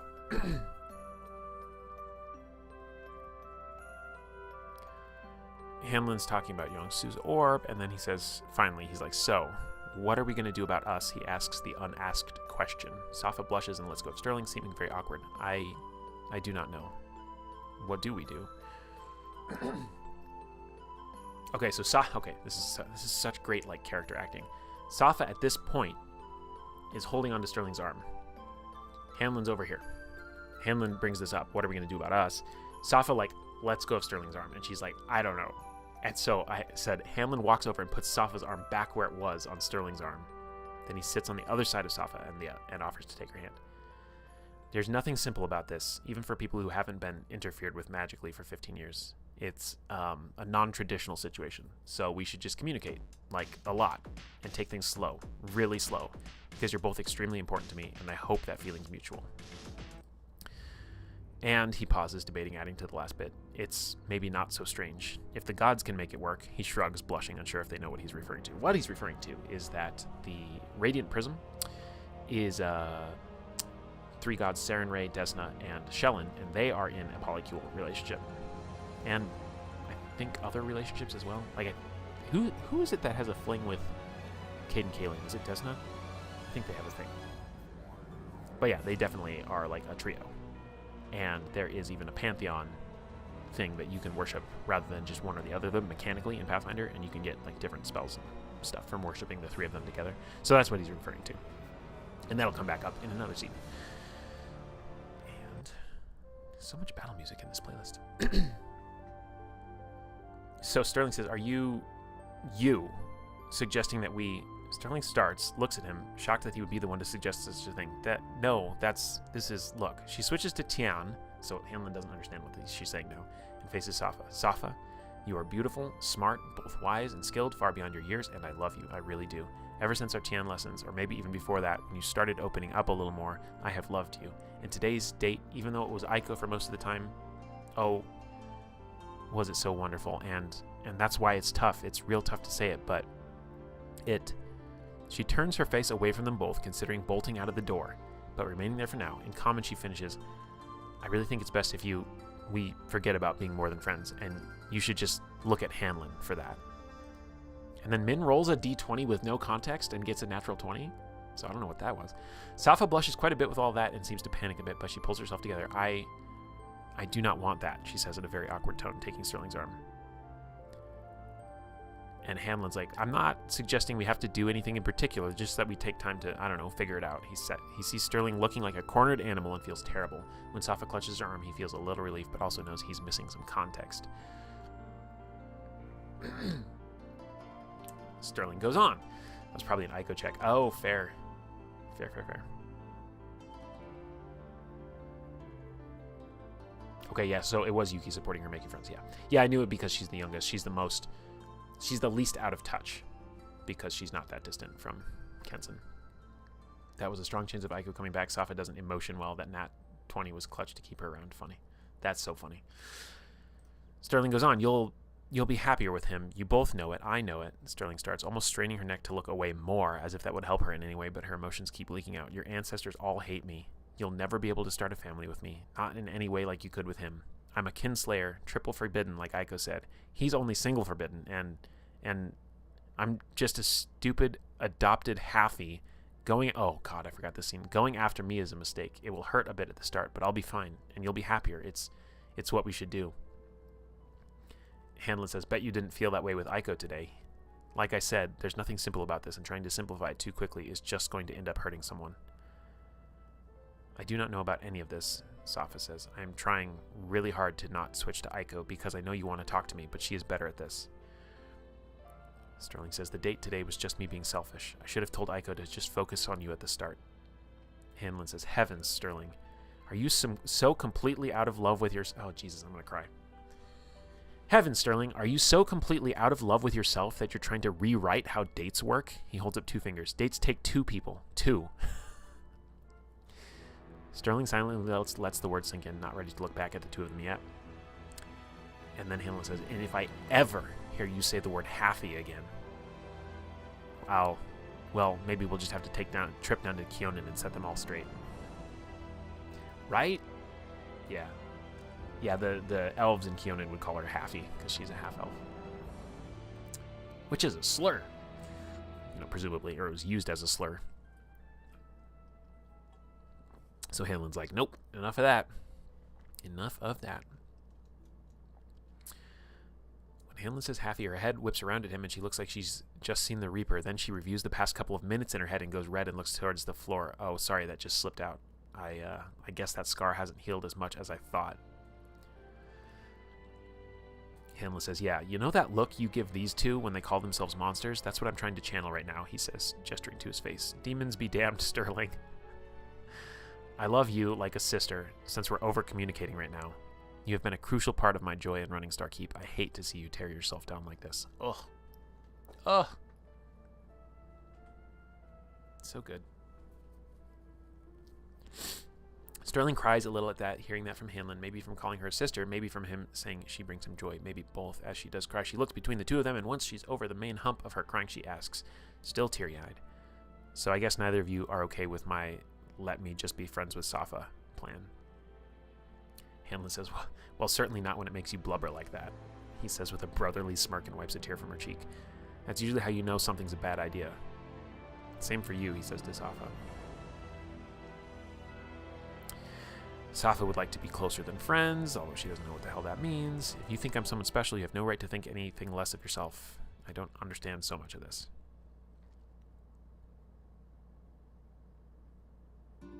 Oh, right. Okay. Then we get into this part of the scene. All right, I'll be right back. I gotta go take a break for a second, but I'll be back in just a second.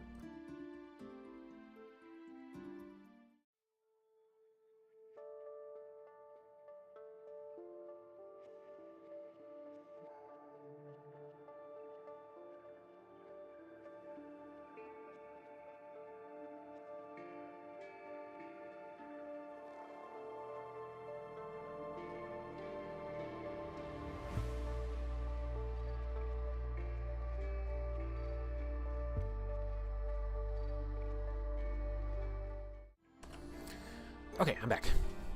Perpetual need to hug Sterling? Yep. Hanlon pulling so much of the emotional maturity weight in this scene. He's being the solver for these 2's problems. He's trying. He got his own issues. But he's trying.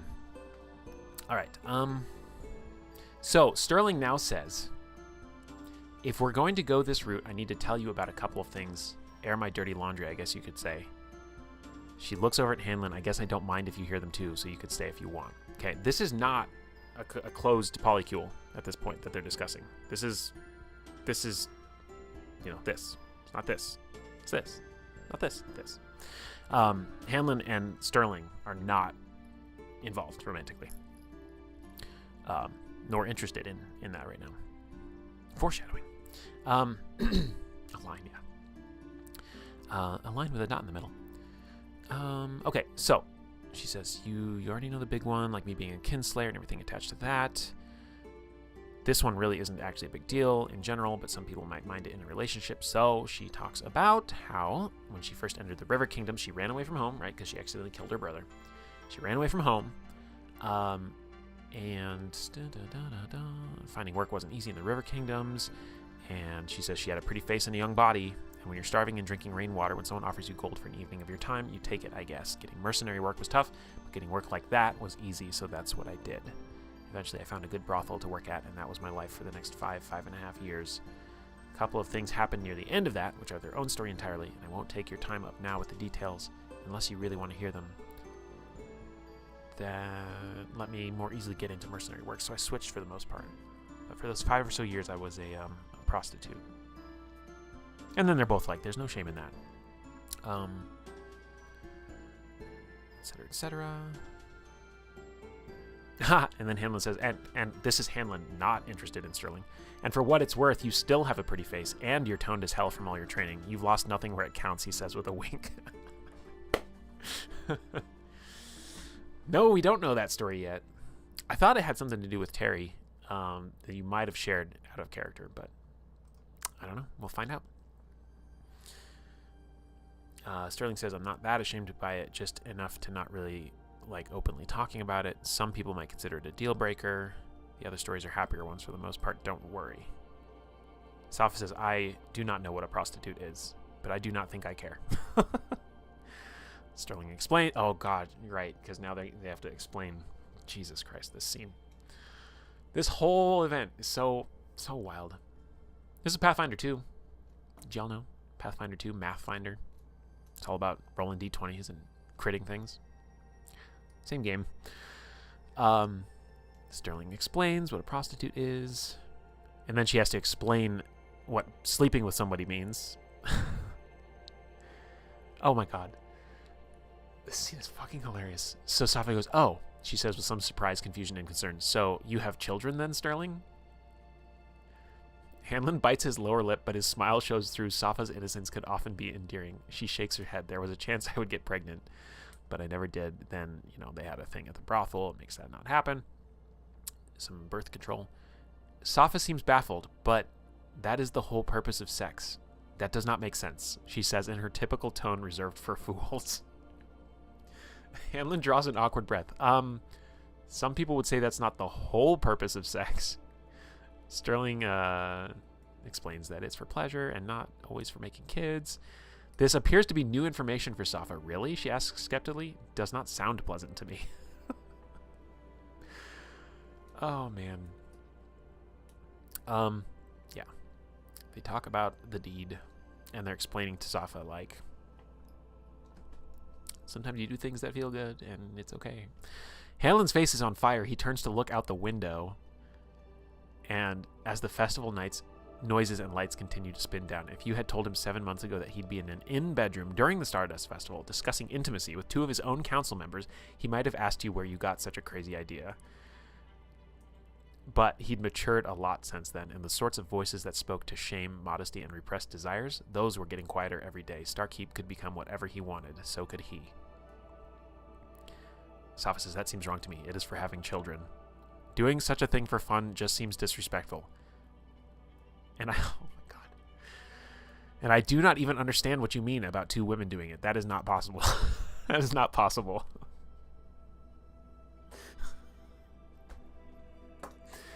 Guys, I don't... if anybody's ever watching this later, you need to understand that, like, this is in July, our time here, July of 2023. 3 years ago at this point. Like, The three of us players writing these scenes had known each other with any sort of closeness for those 8 months. That's it. And, like, crazy. Oh, and then Min says, please note that detailed descriptions are not something I'm pushing for, LOL. Yeah, she's just, yeah, Safa's just explaining her confusion. Like, we don't there are lines we don't cross, okay? Believe it or not, there are lines we don't cross. No, it doesn't seem possible. Da da da da da da.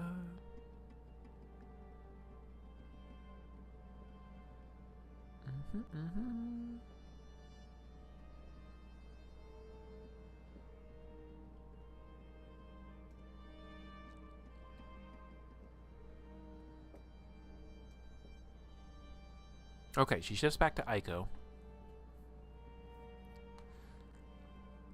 She says, well, it was a disaster like I said it would be, but it turned out pretty good in the end, huh? All things considered.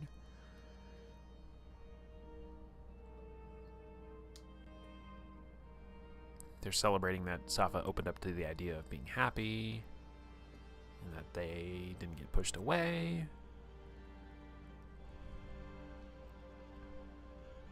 Oh, and then Sterling's like, by the way, Aiko, you need to be nicer to White and Toma. Like, you can't keep being this bitchy with them. Like, it's not their fault. You've got to be nice to the kids.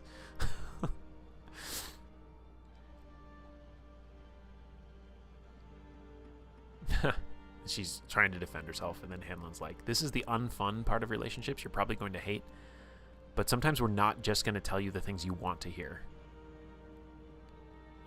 He's like, don't take stuff out on them. It's not okay. They're good kids, you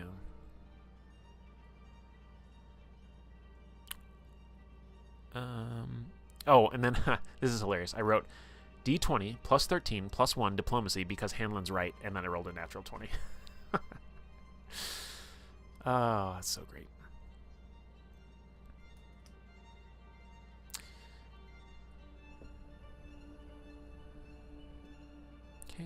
Okay.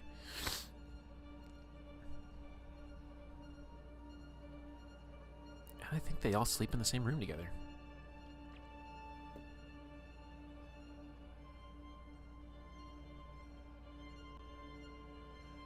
Okay, Sterling goes outside into the hallway.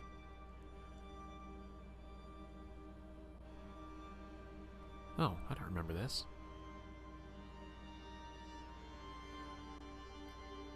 Hanlon has a dream he's approached by Kitsune. Though given his size... Oh, this is Yongsu. Though given his size and presence, he may as well have wolf blood. His fur is black and his eyes are a steel gray. He wears foreign-looking armor, that of a samurai, and while it looks well-kept, it has clearly seen a great deal of use. He says nothing, but a sense of rage and disapproval emanates from him so palpably that it is oppressive. So I had to roll a will save. And I hit it exactly. Yeah. The ancestors are not happy with us.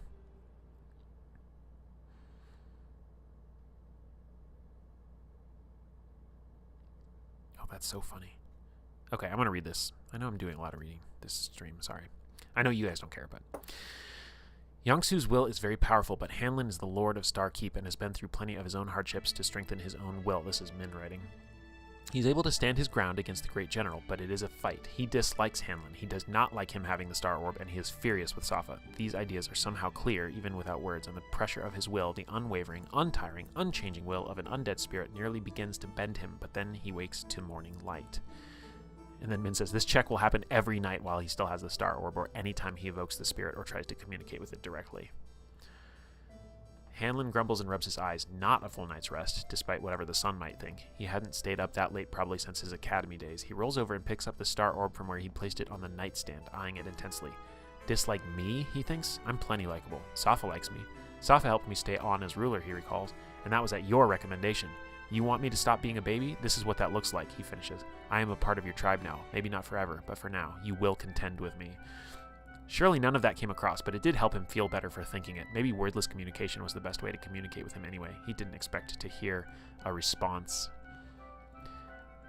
While holding the orb and trying to communicate with it, it gets very cold in his hand, and he actually feels a sense of respect from it. No less angry and oppressive, but still a sense of respect. He would very much like to give the orb back to He would very much like him to give the orb back to Safa, and he will be furious and continue to batter away at his will until he does, but he does at least seem to have the great general's respect. That's what I thought, Hanlon thinks smugly and sets the orb down. Part of him knows he is setting himself up for retribution, but he feels too good to care, albeit still tired. Now, where is the Sterling scene?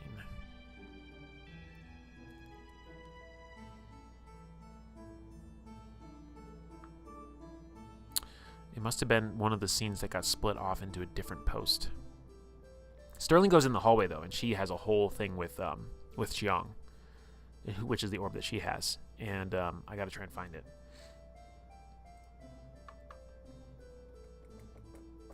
My chat keeps freezing, too.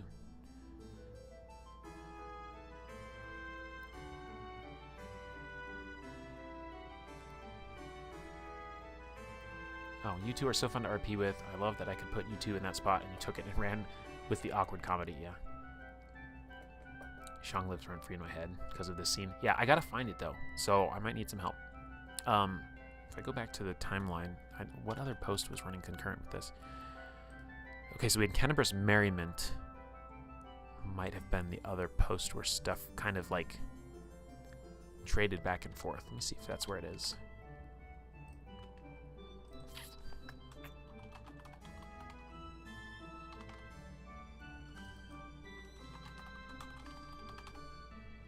If I had known I was going to focus so much on these scenes, I would have, like, totally retitled the stream and everything.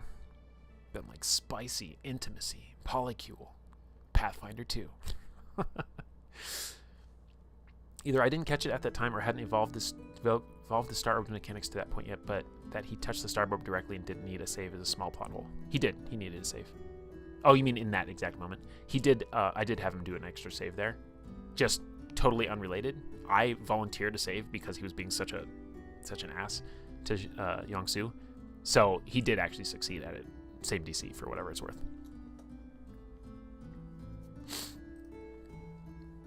Okay.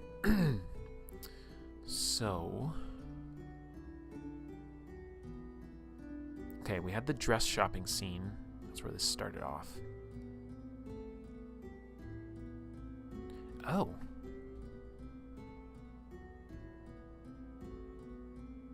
This is the scene where Aiko tells Sterling that she likes her, and I had missed this.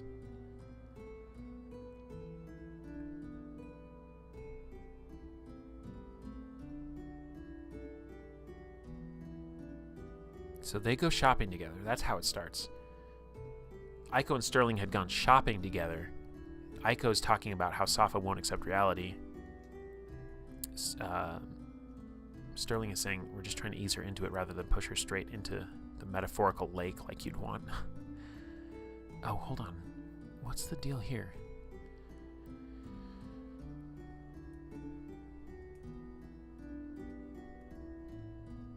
Oh, she said, okay, she just won't accept reality, Aiko says bluntly, and so far nobody is helping the matter either, she grumbles. Hanlon is particularly useless.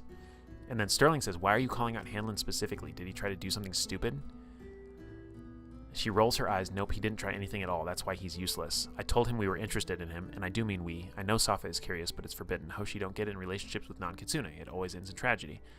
We like you too, Sterling, but that's like triple forbidden. That's the moment where this all starts. And Sterling's like, oh my god, she likes me. And then, yeah, Aiko's like, yeah, two females shouldn't be like that and all. Very traditional, Hoshi. Not LGBTQ plus positive ancestors.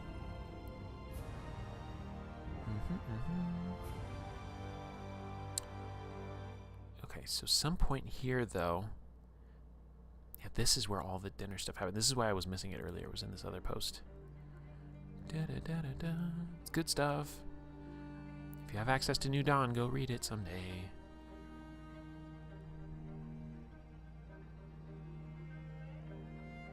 But I'm scrolling because I know at some point the scene breaks and it becomes something else. This is where Majestic Max comes in. Majestic Max, by the way, is like this like enigmatic dwarf character who like has this magical, you know, caravan of whimsy and all sorts of magical items and crazy stuff. And he shows up when it's interesting and convenient. And he actually has a job for us too. So we actually go on a little mission this next morning. And we end up beating up like a gang. In the middle of all of this, we had a drug bust the night before. We had all of that relationship drama, and then the next morning we go out and we're like, time to take on a gang. Like, it's wild. Okay, I'm gonna read this. Fuck it. This whole stream so far has been about Stardust. I'm gonna read this. This was Sterling explaining to Aiko what she likes about Safa. Sterling's eyes seem to light up as she thinks about that for a bit, and her downness seems to disappear. It feels a little weird to not say all the things directly to her, but I guess she'll still hear them through all the dreamlight thing. When we first met, Safa seemed like a no-nonsense, straight to the point, hard to talk to, and close to the chest kind of person. And then she asked me to be her friend, and I don't know. It kind of just felt like every single wall I had built up over my time in the River Kingdoms were just knocked down with a single word from her. I'm not sure if there's anyone else who'd be able to do that, and I wanted nothing more than to be her friend at that moment. I had such a hard shell of stoicism and non-trust around me.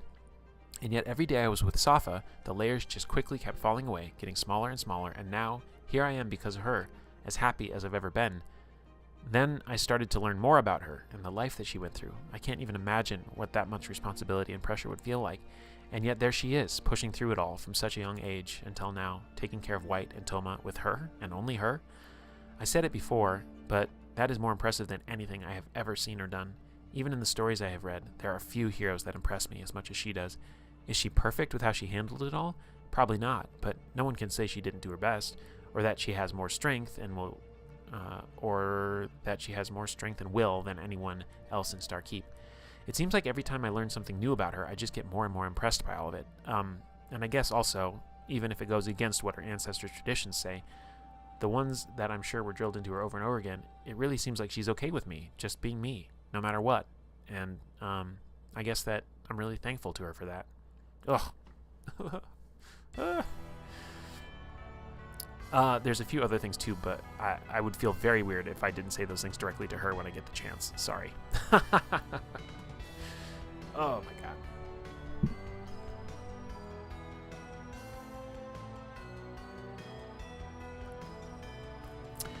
All right.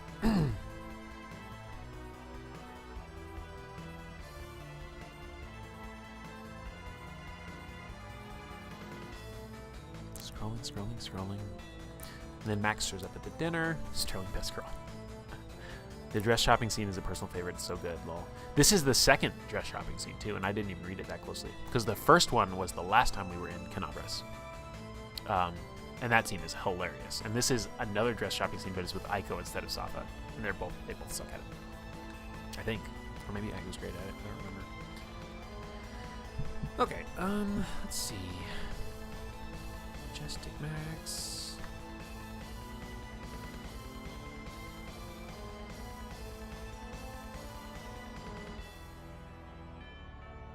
Oh, funny. Okay, so she sent a message. I remember this now.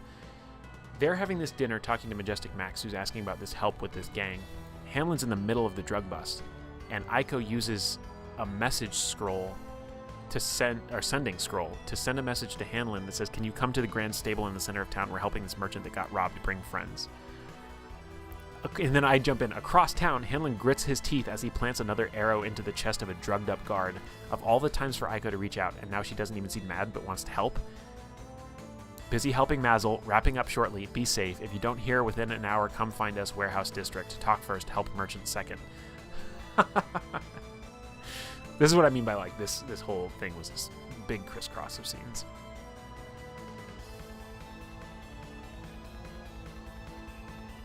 And then she's like, he's helping Mazel with something at the warehouse? He said if we don't hear from him in the next hour to come find them? That tells me they're doing something dangerous. Sterling just groans and shakes her head. Well, hopefully he has more than just Mazel with him this time.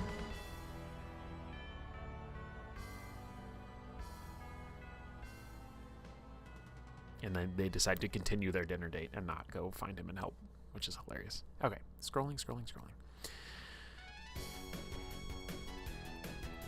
Battle music. Okay, let's see. This is where there's a bunch of scenes kind of off to the side. This is kind of where everybody else fell when, like, we completely took over those other threads.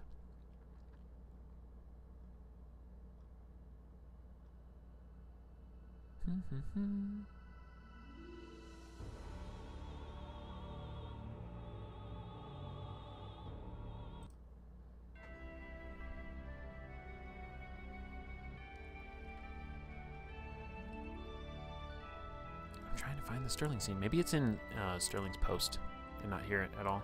Oh, Oren shows up. I didn't remember Oren being here. Oh, right. Remy and White go to Oren's art. What do they call it? I don't know what you call it. Art installation, whatever. So Oren, again, Hanlon met up with Oren the first time we were in Canabras because he wanted her to come do like a residency in Star Keep to try and like improve their prestige by having this famous artist there. So he met her at a dinner and she was kind of like, ooh, you're an important person. And then later on, because he knew she was a witch, he went to her when his whole witch thing started, but she ended up coming to him, and now she's back in town. She has her whole art thing. And so there's a scene with her there. That's funny. I forgot about that. I think it's interesting how meta reasons can play into some of this. I'm sure Aiko and Sterling would have gone looking for Hanlon there, but like crashing a mission is kind of not okay for meta reason. Yeah. Well, that's what makes it fun is like you can come up with whatever reason you don't come and do it, but you volunteered the sending message to message him, right, as the player, right? So you opted into like, I'm going to opt into this thing where there's maybe something going on, but we're not going to go help. And so you created that tension. But yeah, even in the little parentheticals, like Hippo was like, I'm sure like it will take the barest like reasoning for them to come out and try and find him and help. But it was more interesting for them to be like, let's just stay here and continue having our dinner. Because Sterling even said in character, she's like, the warehouse district is huge. We're probably not even going to be able to find out where he is if we go out looking. So like, let's just hope he's got it under control. But yeah, the meta things definitely factor in. Especially when there's such a convoluted couple days of role-playing going on. Well, this is a great thing for them to see the art.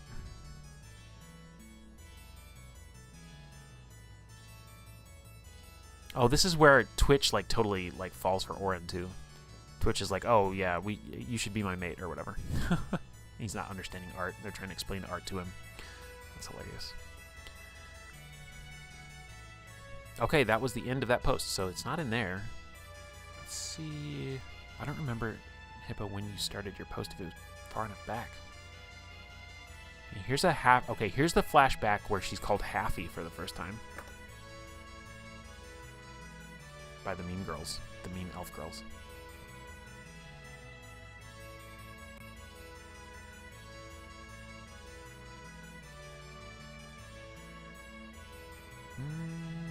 Nope, it's not in here. I will find it. Let's do search for Xiong, sort by old. And scroll and look for post by Sterling.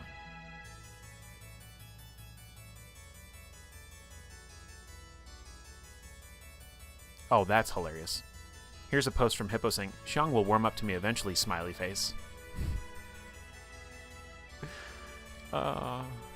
Narrator. Xiong did not warm up to Sterling.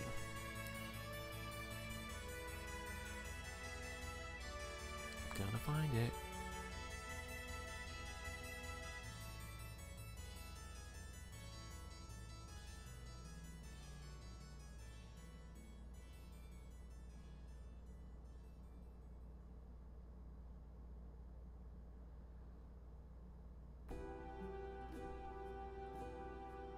That must have been before I explained how they can't really change. Yeah. Back we were optimistic. I think I just found it too. Because this is about the right date and time.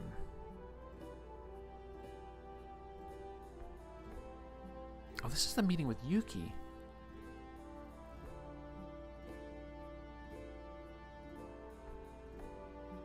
Okay, wait for it, scrolling, scrolling. Oh my god. Yeah, okay, we're gonna cry a lot more.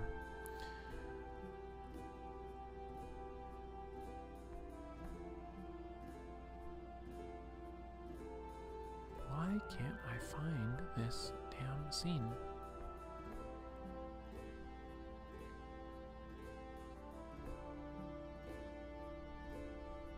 Okay, thank you. I'll do that. Aha! Oh, it was? Okay. I just scrolled past it. Okay. Thank you. Thank you. Okay, so... Yeah, this was back before I was militant about, like, tagging things with dates and stuff. Okay, Sterling makes it to her room and picks up her weapon from the corner of the room next to her armor. Does a couple practice swings. Okay. So she sits on the bed, she takes out her star orb and looks at it for a bit before saying, "Hey, it's just me and you, I guess, right now. I don't know if you can hear me, or if you can respond, or if you even want to respond, but that's fine. I can just talk to you and pretend like you can hear me in any case. I know you hate me. I know most of you hate me. And I know I do some things you don't like, such as stand up for Safa against you, or get her to disobey you, and stuff like that. But I love her. You might not understand that, or accept that, and you may never, but that's the truth of it. I love her, and nothing but a rejection from her is going to change that. Back onto the main topic, though. Even though you hate me, and I really hate how you treat Safa, because I love her, it would be nice if we can get to the point where you don't hate me, and I don't hate the things you do. I don't know how fruitful, if at all, this will be, but it would be nice if we could try and have a talk." The orb goes cold in her hand. Gonna get some lunch. Still listening. Right on. Get yourself some food. I'm gonna get myself some food, too. Okay, no image appears, but she hears a faint voice that doesn't have a direction. The Kinslayer. She has given my orb to a Kinslayer. From most promising star spinner the tribe has ever seen to the worst in such a short time. Ugh. You are worthless in every way to the Hoshi Kinslayer. Worse than worthless. You are destructive. You lead Safa astray. You believe you are helping her, but you are destroying her and the final fragments of the tribe with her. You love her alternate form. You love a tamed and beautiful-looking human. You do not know the monster that you claim to love. And what good is your love in the first place? You cannot give her children. The only hope the Hoshi have is for Nezuki and Safa to have many children. You are useless, and every breath you take is another crime against the soul of your murdered kin that I must speak to a kinslaying outsider. Safa, you stupid, stupid child. Fuck. God damn. Yeah, he did not hold back there. So Sterling rolls a will save and passes. Let's see. Unfruitful it is, I guess, she says.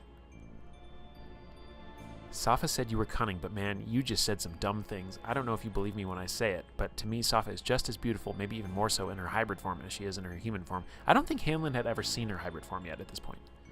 So I think only Sterling has.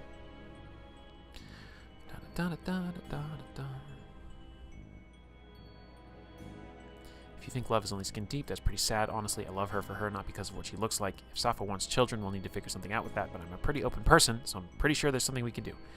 I think that's all that really deserves a response. Try not to bother me too much while I try to sleep, or you're going in a closet or something.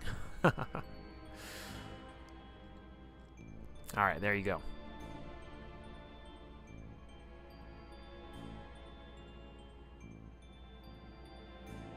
Okay, cool. Alright, I think... Good God, I think we've done just about everything we need to talk about with Stardust. We do go on to do a mission called Max's Formulas. We beat up some dudes. It goes pretty well. Mazel kills an innocent guy, but none of us ever find out. It's not great. Looks like we hang out and we talk to Prelate Swift for a while. New Canabra's Backstreets. That was an ombre thing that didn't actually manifest. Sterling at the parlor. Oh man, we go to the Waspwing parlor too as part of this. Jesus Christ, this is 3 days of roleplay, guys.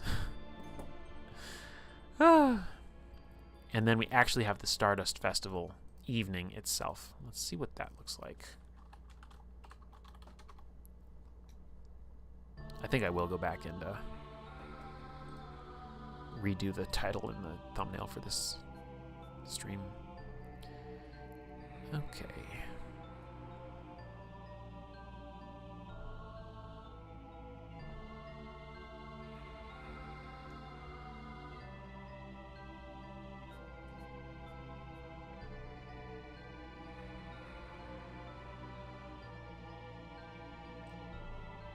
remember what this scene's about. Hold on. I'm getting this figured out.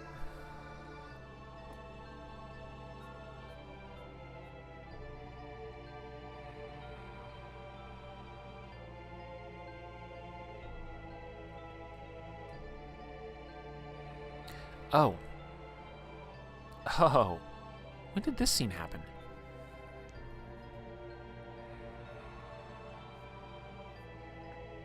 The Gala of the Emerald Sword? Is that not on the timeline?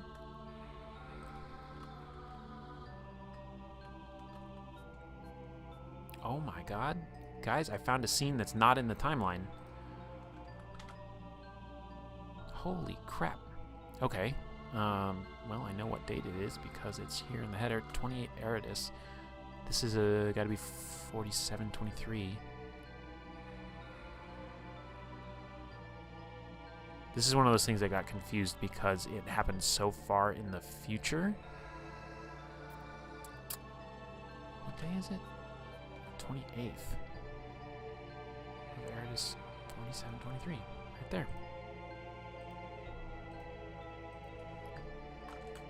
Unbelievable.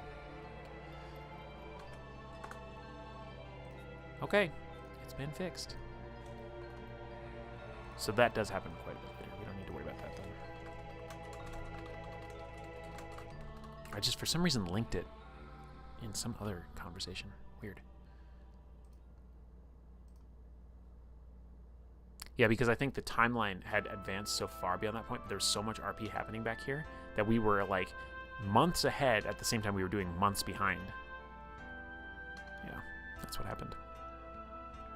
Okay. So Nivix goes and takes Monty, talks to the kobolds or whatever. Yes, let's see. They're going to do their wishes.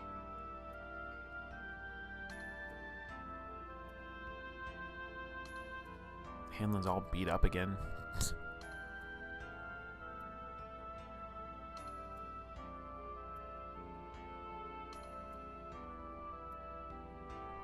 Sterling saw it because she accidentally came out during the pre-trial scene. Yep. Sterling and Swift have pen pal book clubs. Yes. That's so great. Live fixing the timeline. That's right. Cannabis Stardust took a month and a half, right? Well, longer, because I'm looking at the posts right now, and we were posting on Halloween. Still about a scene that started in July. So, yeah, we were in this for months, going through all this roleplay. Meanwhile, there's, like, things happening in the present timeline of the game, too, that we haven't even got to, so, yeah, it's wild. Alright, so they're just being flirty and fun, and it's great.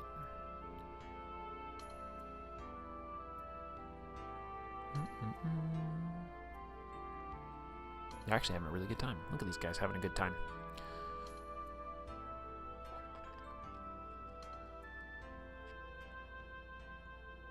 They go jewelry shopping.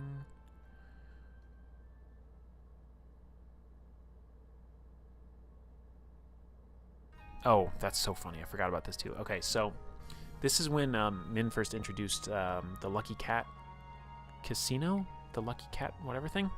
During that Max's Formulas mission, when we were trying to find clues or whatever, we ended up going to the Lucky Cat. And I don't remember who did the roll, but somebody rigged one of the machines to like pay out to somebody to cause a distraction because Nivix was like breaking down a door in the back storage room, and it was a whole bunch of chaos.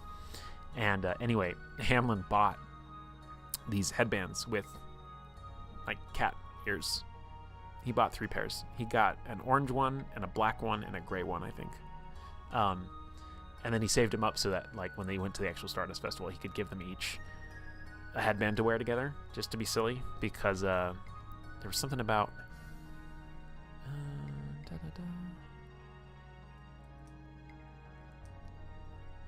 there's something about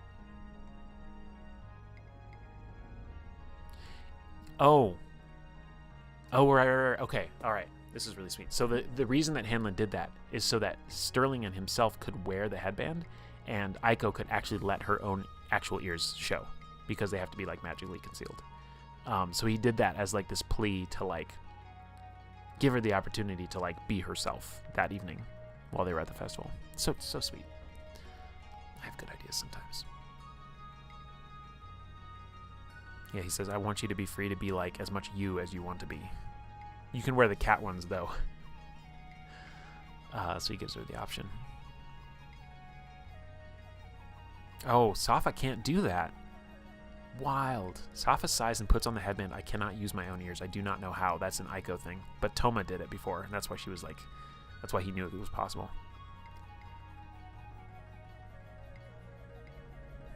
And then he calls her Little Red Cat. Oh, that's cute. Safa moves to take his arm. Do you like the ears and the tail like Aiko does? And Hanlon says, you are a big old bundle of a lot of things that I like. You still worried I like one of you more than the other? There was this period of time where Min kept fucking baiting us into like making our characters choose which one they liked better. And every single time, I swear to God, both Hippo and I were like, we're not playing this fucking game, dude. She's one character. She's the same person. Don't make us do this.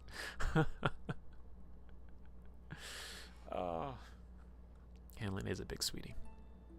It was tough. It was a very narrow thread to walk because like this is all kind of like, oh, everything's resolved and happy. Fucking no, it's not. No, it is not. This is gonna go on for like a year in the game world until we eventually like go into her dreamscape and like force her to, well, we don't force her, we help her accept herself after we crawl through like rivers of blood and shit. Yeah. These ones have gone through it for her. Sterling definitely liked Safa better, but knew she couldn't say that. Hanlon, it was really interesting because Hanlon genuinely was like pulled to both of them. He had different types of affection for both. And I kept thinking because, remember, I don't know if we talked about this in Out of Character, but remember there was a while where we were like, is Min going to split these characters into two separate characters and then one would be in a relationship with Hanlon and one would be in a relationship with Sterling? And when I was like, I wonder if that would ever happen, I was thinking, but which one would go where? Because Sterling liked Safa, but like Aiko really liked Sterling, and Hanlon liked Safa, but Aiko really liked Hanlon, and it became a very weird, confusing like diagram of who liked who most or whatever. It was wild. But I think Sterling and Hanlon were very much on the same page of like, let's figure out how to like resolve this and just get the whole person together, which we eventually did. We win. Aiko grew on Sterling as she grew, yeah. Grew as a person, yep. Let's see.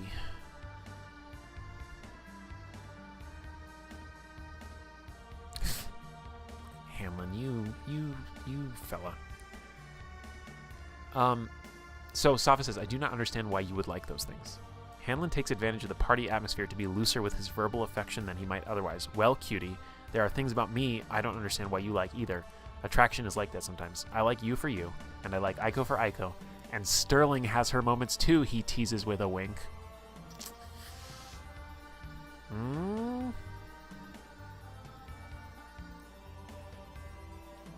you know what's super crazy about this too? These posts were happening in November now. We are like literally getting up to Eternal Winter Falls. But we're still role-playing Stardust. Yep, this is the Stardust stream.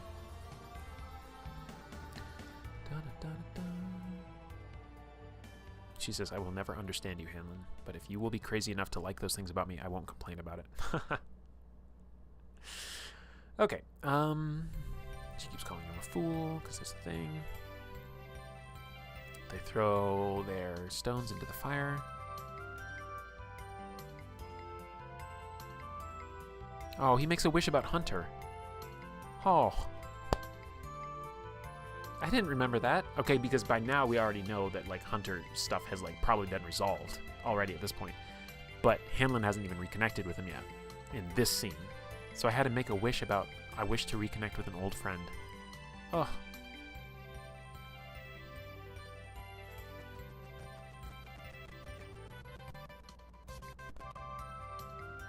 Jeez.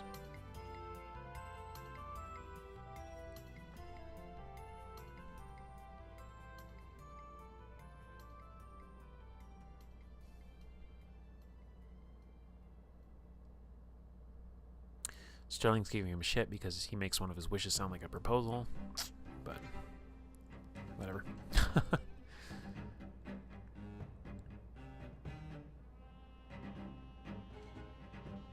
Oh my god. Okay, this is a wild thing to read. Safa smiles faintly at hearing Hanlon's wish and seems amused with Sterling's teasing. It was normal for partners to be arranged in my tribe. Not always, but it happened a lot. With so few of us, there were not many candidates usually. Tribes would come together to arrange pairings for their children. But sometimes it wasn't possible.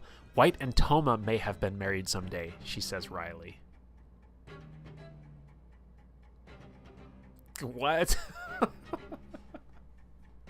That's insane. Oh my god, Hanlon says with a laugh and looks over his shoulder to be sure White isn't around. Could you imagine? I can, Safa says with a smile but a blunt tone. I thought that would be the case for sure, given the tribe never returned. Holy fuck. I didn't even realize that dynamic was like at play. Like, of course. If it was only the three of them and the ancestors and Safa were still like in charge, she would have been like, you two are together now. Time to like repopulate the tribe. Fuck, that's messed up. Jesus Christ. One of the tribes of all time, you could say. Jesus. I don't think I even like fully processed it back when we were in this scene. I'm processing it now and going like, god damn, that's fucked up. Wow. Safa wishes, she says, I want to wish for my tribe to return, but I know that would be a waste, so I will wish for New Dawn to stay safe. Oh. Somewhere here, I never explained this. I don't know if you guys know it. Somewhere here, he makes his final wish.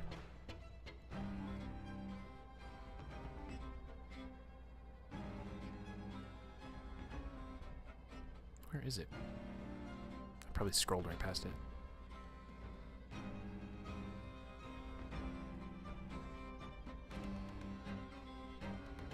They bought a lot of these wish stones. They're just like handing them around, making a ton of wishes together. You heard what Xiang told Sterling about Safa and White. Yeah. Yeah. But like, I don't know. I just didn't fully process it, I guess. Where's the... Maybe he did it at the other bonfire. Like the night before.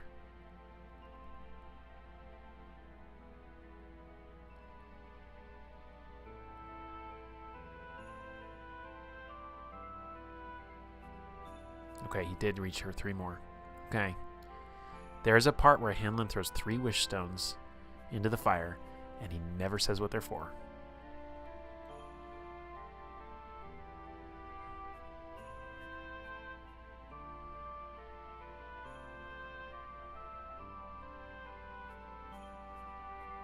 Where is it? I mean, you guys can just take my word for it, but... I just thought I wrote it out in a particular way, and I can't find it. Anyway, I don't know if I should tell you what those 3 were for. Don't know if I should tell you. Cool. Have we actually finished Stardust now? Okay, there's the beginning. Okay. Oh, let's see.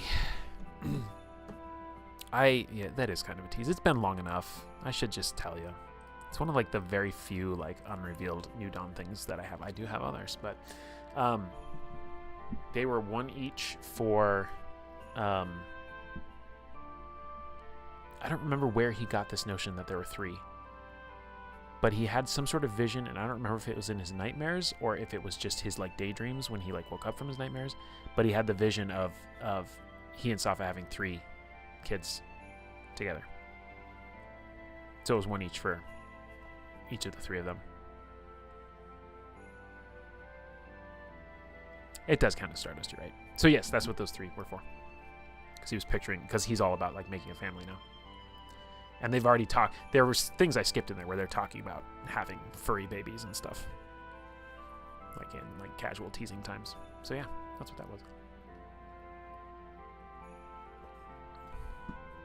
I thought it was, I was worried it was too obvious when I did it, but then nobody got it, and I was like, perfect. I'll reveal this 3 years from now on a live stream. Oh, Lord. Okay. Treant, right? Treant was the guy. So Sterling goes back and visits Treant before we head out. Treant was the guy who was like possessed by demons to kill his own dudes. So she checks in with him. Sterling's awesome. She's so cool. So she like counsels with him, and I think she gets him to come to Starkeep. I don't remember. He hasn't been seen since, but and then also, as they're heading back, they are camping, and this is when, what's the post called? Campside Talk. This is after it's all said and done,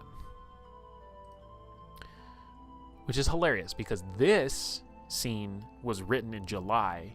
Even though we were still role-playing other things from Stardust all the way through November, we wrapped this scene up in July. So we already knew how Hanlon and Sterling felt about each other, about this situation. So, during one of the nights on the road, Sterling made sure to take the same watch slot as Hanlon. After doing a quick check of the perimeter and getting set up for their watch, Sterling sits next to Hanlon and looks out into the distance. Sterling's wish was for the three of them being able to do this again next year. Yeah. I don't know. There were we made a lot of wishes that I just kind of skimmed over, so it might have been in there, but maybe not. Sterling says, "Hey, do you mind talking about us, Safa, you and I, for a bit?" Hanlon looks over at her, unsure of where it's going to go. He hesitantly says, "Sure. What's on your mind?" I've just been thinking about some things," and she does one more sweep of the horizon to make sure there's no movement before losing her focus a bit to look at Hanlon instead. "I know it was in the heat of the moment, so if you thought about it a bit more, you might not have said it. But when you said the gods can make it work, you were alluding to Desna, Sarenrae, and Shellen, right? And suggesting we try the same?" Hanlon takes a deep breath and looks out into the night, wishing he could see through the situation with Sterling and Safa as easily as he could see through the darkness, because he has dark vision. That is what I was referring to, yes, though I'm not sure what meaning you take from that reference, and I suspect we're getting to a place like these sorts of details need to be ironed out. He pauses for a moment. "I'm not going to pretend like I have all the answers. Truthfully, I can't even say I know what I'm doing. I just know what feels right, and my years of not listening to that feeling are coming to a swift end," he says. "I am fond of Safa," he says, turning to make eye contact with Sterling. "As are you, and she seems fond of the two of us. It's not clear what you're supposed to do in a situation like this. Even a trio of Callistrians would struggle with something like this, with defined boundaries. It's not the same thing as an open relationship, just interlinked, committed relationships in another form." So when I said that about the gods, I was intending to keep that conversation open, because if you remember, your reaction to the whole thing was, he hesitates but pushes through with the truth, typical self-sacrificial Sterling, putting everyone else before her and putting herself last because she doesn't feel worthy of much of anything, let alone love. Put that way, it's me who should step aside, if anyone. He nudges the dirt at his feet.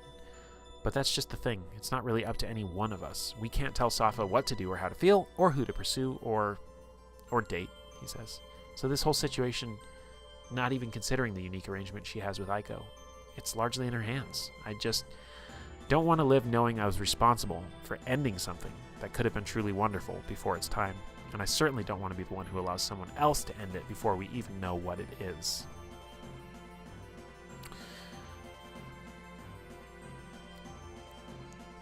Sterling says, "I know, the situation doesn't have a simple answer because the situation itself isn't simple. When I said what I did in response to your comments, Safa definitively did not want to do that. So I won't be thinking about that anymore." She's referring to her leaving, not being a part of the relationship. "Honestly, it's probably for the better that she didn't push me away. The last really serious relationship I had with someone ended in a similar way, and I'm still not fully recovered." Okay, so now she starts to share about Terry, an old relationship that she had, and it was during the tail end of her time in the brothel in the River Kingdoms, if I remember correctly. And she's like fiddling with something in her pocket, and this is the second time that Hanlon's seen her fiddle with this thing in her pocket, so he finally asks her what it is. Let's see. "I still think about her, not quite as much as I used to, but more than I should, especially now that Safa is returning my feelings." Oh my god, she's so judgmental of herself. Poor Sterling. "I guess I'm still stupid and naive, thinking I could be fine if Safa listened to me and started dating only you. Anyway, the point of that story was to say, as I grew older, I've thought about that situation, and I've realized that I would be okay being in a relationship with more than one person, or at least giving it a try. I'm not sure I'll ever love you. Not like I love Safa, at least. I've never been into guys that way, like I have with girls, etc., etc. but I love Safa and I get along well with you. Like you said, it largely will come down to what she wants and how everything works out with Safa, like, and Aiko, like, and her ancestors, etc. So Hamlin is like now explaining. He's like, I didn't mean that we would all, be together. Although he's probably lying to himself, but whatever. I didn't expect you and I would do anything about changing our relationship with each other, just that we would, I don't know. Share is a gross word to use when it comes to another person, but if Safa was interested in keeping us both around, it would be not the most complicated thing in the world.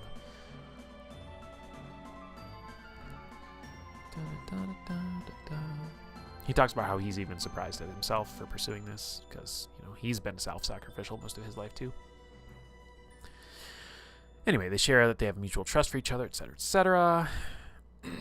He asks her about the thing in her pocket, and she shares it, and it was a gift from Terry, who was the relationship that she had had prior.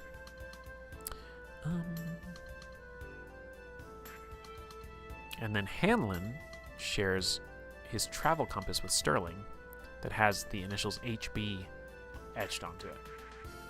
And then he doesn't tell her what this is about, but he just shares. He's like, there's also, like, I've had relationships in my past, and he's talking about a friendship. The same one he was referring to with when he threw the stone into the fire, and the same one that ends up being Hunter, who you'll remember from the first stream, the history of how they were in school together, and Hamlin abandoned Hunter in like the final trials, and then Hunter ended up dying, but he doesn't know that yet because we're not to that scene yet. But he kind of is vulnerable here and shares about that too. Just planting seeds. Or it's possible that that scene had already progressed, and so I was retroactively planting seeds, But anyway. There's the campfire scene. So basically they're like, okay, like, we're good. Like, we're friends or partners or whatever we want to call each other. But we're separately in a relationship with Safaiko. Safaiko, as we started to call her. Not actually in character, but in out of character. Okay, there. Now we're done with Stardust, right? Okay, and I think this is about when Hunter shows up and tries to see. I don't know the timelines because they're not linked properly. God, how does that happen? I remember. Okay, this is what happened. So Hamlin had written the letter to Hunter asking him for information about the scepter that they had found in the drop spot. Yeah, this is where Jazeel comes in. And so Hunter finds the information, and Hunter's like kind of really neurotic. Like, he's kind of not always okay, because he literally died and he still hasn't like dealt with that really. He kind of like moved on and he made a good name for himself as like a professional records keeper. And he has like this very like white collar magical career. And he's very, very pristine and prim and proper. Like, his shoes are always shined, and like he's always dressed in like white, and kind of has some neuroses about that stuff. And this letter he gets from Hamlin just kind of like throws him, and like he's like freaking out. He's like in his head. He's like having these conversations in his head about this past friendship that he had wanted more from, and never really got resolved. They never really talked about it. Because he died, and then he refused to see Hamlin again ever for 10 years from that point. So literally the last time those two saw each other was when they were on that platform and he had the arrow through his leg. And Hamlin's like, I'm going to go finish early. See you later. You totally got this, buddy. That's the last time they saw each other. So he like has like a meltdown. Like, he's in like the cafeteria or whatever, and I have him like freak out and like smash his like plates on the ground or something like that. And then he just kind of like realizes that people are watching him, because he was having like this debate in his own head, and he kind of forgot where he was. So he storms off. And then his friend Jazeel, who I think I created, and then Gid later turned her into this antagonistic person. I had her be like the sympathetic, like I'm your only work friend. Like, I'm the only person that you ever talk to. Everybody else thinks you're weird and aloof and strange. But like, so she's like, what's going on? Like, talk to me about this. And I don't think he opens up very much, if I remember correctly. But he does get, like, summoned before his boss, basically. And his boss is like, so, You have been working way too hard. You have been burning the candle at both ends. You are absolutely run ragged. And he's like, no, I'm totally fine, and I just want to keep working. And she's like, I think it was a she. She's like, no, you're done. You're on like a mandatory sabbatical. Like, you need to fucking like get your shit together. And so she like, it's this really weird contrived thing. I don't know if it came across very well, but she was like, you're supposed to like send this letter back to the Lord of Starkeep about this thing. And he's like, yeah. And she's like, well, guess what? Like, you're on mandatory sabbatical. But before your sabbatical starts, your last task is you need to go on a trip and you need to go to Starkeep. You go hand deliver this letter. And then you'll be away from the city, and then you're not supposed to come back. Like, I think he was literally prohibited from coming back to Nerosian for like 3 months or whatever the deal was. And he's just like horrified. He's like, what? No, please, no, I don't want. No, because he hadn't sent a letter back, so there was something else. There's something else that he needed to send to Starkeep.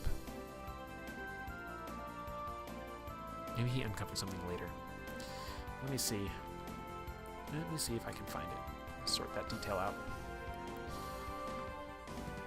An auspicious favor. I need to work, boss, yeah. Oh, funny.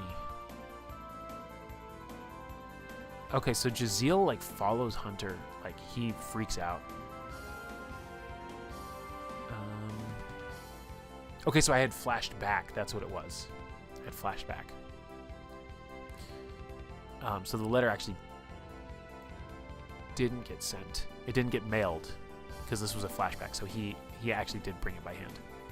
Right. Okay. So Jaziel is like making these comments that are a little weird, and Hunter starts like opening up to her about Hanlon and how he's like the golden boy of Mendev, and like, you know, everything's going right for him and everything like that. And he's like, but we have history. And she's like, Hanlon sucks. And he's like, what? And she's like, yeah. So I had Hunter roll a sense motive check on her because Gid had started to take her over in the scene. And so Gid revealed that Jaziel was jealous of Hanlon. She thinks she could do a much better job at running New Dawn. She's waiting, perhaps hoping for Hanlon to fail so she can step in. Loving the Hunter talk because I couldn't read any of it, so he's generally been the enigma of New Dawn to you. I love Hunter.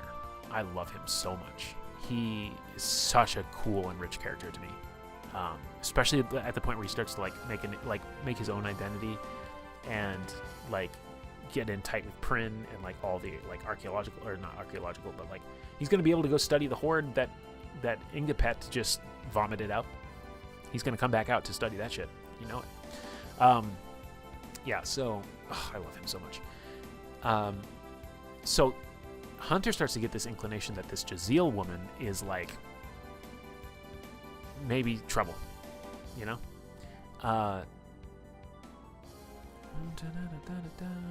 But basically through some contrivance. Okay, here's the letter that he actually wrote back to Hanlon. He hasn't sent it yet, but he wrote it. It says, Lord Hanlon of Starkeep, please find enclosed a copy of the records requested. We are happy to serve at your pleasure. Nerosian Office of Records and Acquisitions. And that's it. It's like the coldest fucking response you could ever have, because Hanlon's letter was like, I know it's been a long time. I hope you're doing well. Like, I would love to reconnect sometime. Just totally like professional emails him. And then he throws the letter in his desk. Oh, I forgot this. Okay, it was less contrived than I thought.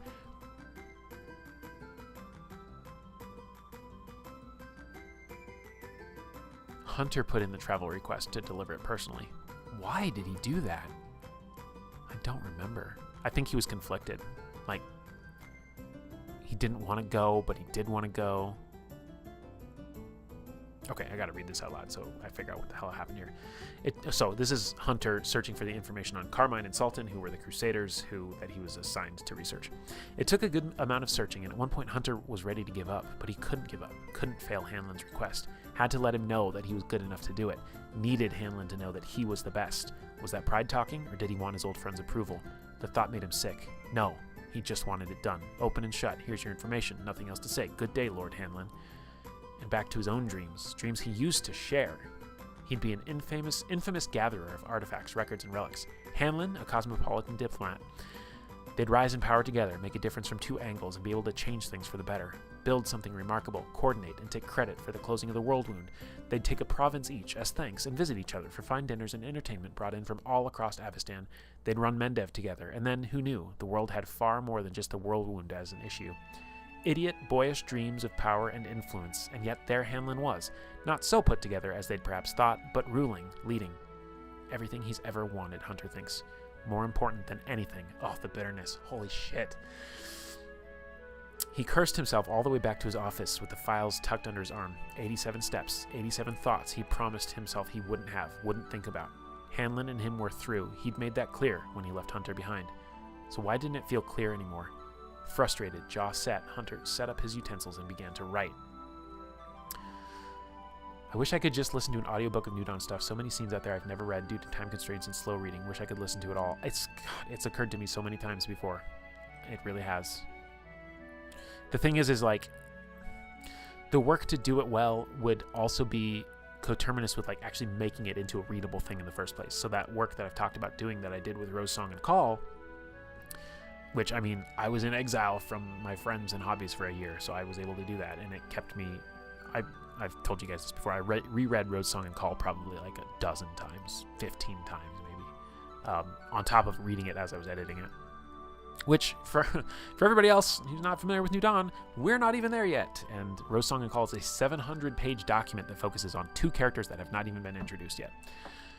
Wild. But yeah, I love when I read something I wrote and I was like, why did I do that? An audiobook of New Dawn would be awesome. This is kind of like that. Yeah, you know. It's this whole streaming thing is tough. This is probably a conversation better for another time. Maybe when I wrap up, I'll go into a little side tangent and I'll talk about that. Yeah, this Hunter Hanlon dynamic is so good though.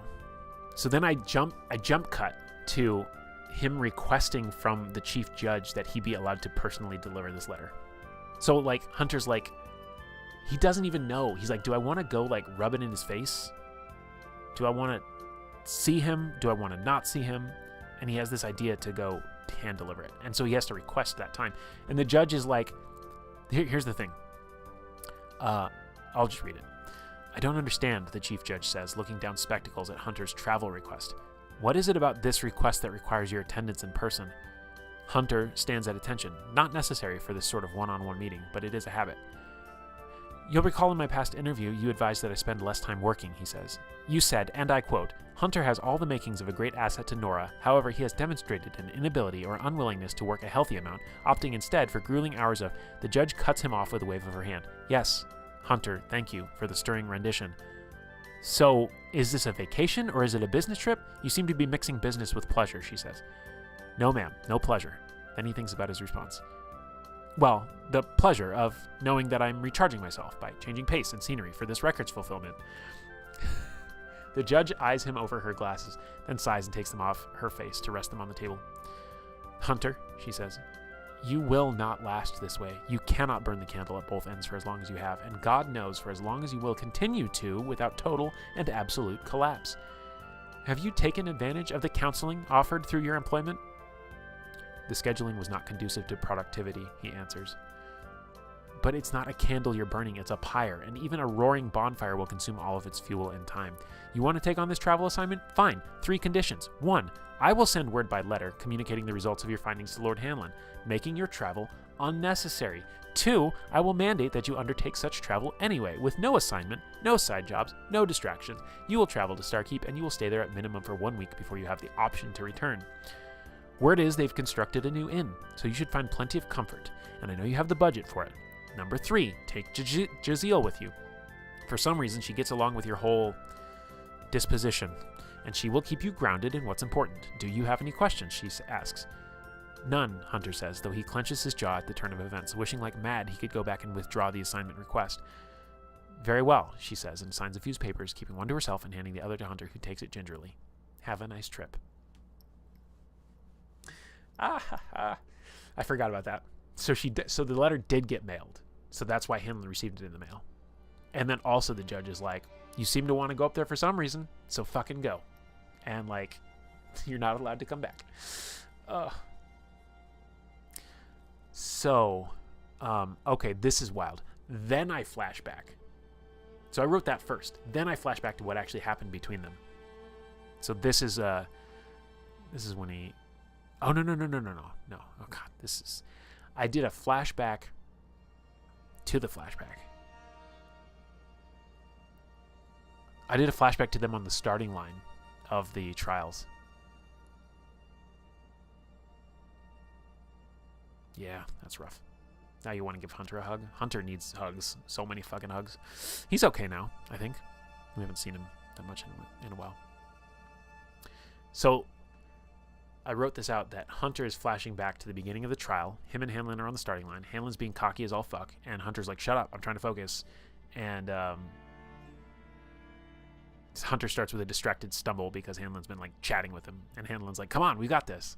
So they like run off, It's like, it's like a Tough Mudder thing where they're like climbing ropes and stuff to get started, whatever.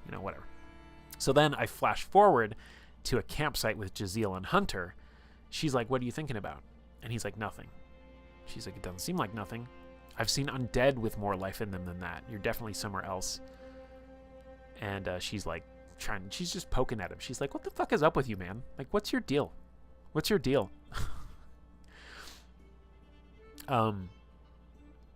I reveal that Hunter does not like horses. He does not like riding horses.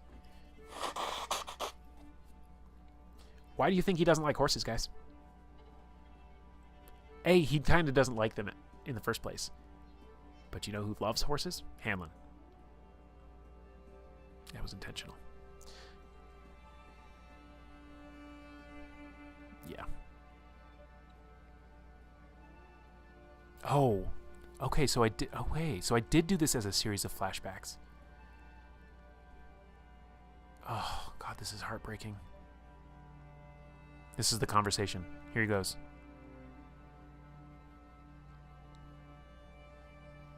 So they're chatting. They're taking a breather. They're chatting. Hanlon pulls out a water flask and offers to pour it on Hunter's wound, but Hunter just waves him off. Leave it. They'll just heal it at the end station. But he holds out his hand so he could take a drink. Where do you think we'll get assigned? He asks, wiping the water from his mouth. I'm not sure, Hanlon says. He seems distracted and is still on his feet, nervously eyeing both corridors. Hey, relax, Hunter says. You don't have to be the best at literally everything. These places don't matter. They all see the top 10 as the same. I know, Hanlon sighs and reluctantly slumps down. I just think I could pass to Goss. Get third. You're such a dork. Who cares? You should be thinking about riding your dumb horse up to Canabras or something, carrying important letters or secret war plans or something. We're going to get assigned. Lighten up for a minute. Hunter takes another drink, feeling the elation of success so close. A little dizzy, maybe. The loss of blood? A little uninhibited. He looks at Hanlon, so concerned about his standing, his goals, and his mission. You're pretty cute when you get your mind set on something, Hunter says, and hides his face behind another drink of water. There's a beat between them and an intensity that ratchets up out of nowhere. Hunter can feel the blood rushing to his face. Hanlon hasn't responded. Did he hear? Sorry, what did you say? Hanlon finally speaks, turning his face to his friend. Hunter can't hide the red in his face. Does he lie? Take it back? What else sounded like cute? Their classmate Jenna runs into the chamber, pauses a moment. You guys okay? She asks. Hunter opens his mouth to answer, but Hanlon jumps in first. Yeah, we're great. Getting back to it in a moment. All right, she says with a shrug. I'll see you at the end. 47-11, she shouts as she jogs backwards, hands in the air. That's their graduation year. As soon as she's gone, Hunter tries to address the moment. Hanlon, I think you can make it, Hanlon says, cutting him off. On your own, I mean. We could stay together, maybe go 7 and 8, but I think you'll be fine, and I can try and pass Jenna back up at least. Hanlon's eyes are pure determination. Had he really not heard? That would be a blessing. And a curse. But what if he had? What if he was splitting up because Hunter had scared him? Hanlon, no, He trails off. Come on, you've got this, dude. You don't need me. Like you said, the number doesn't matter, so you'll still be fine. I just want to see how high I can place.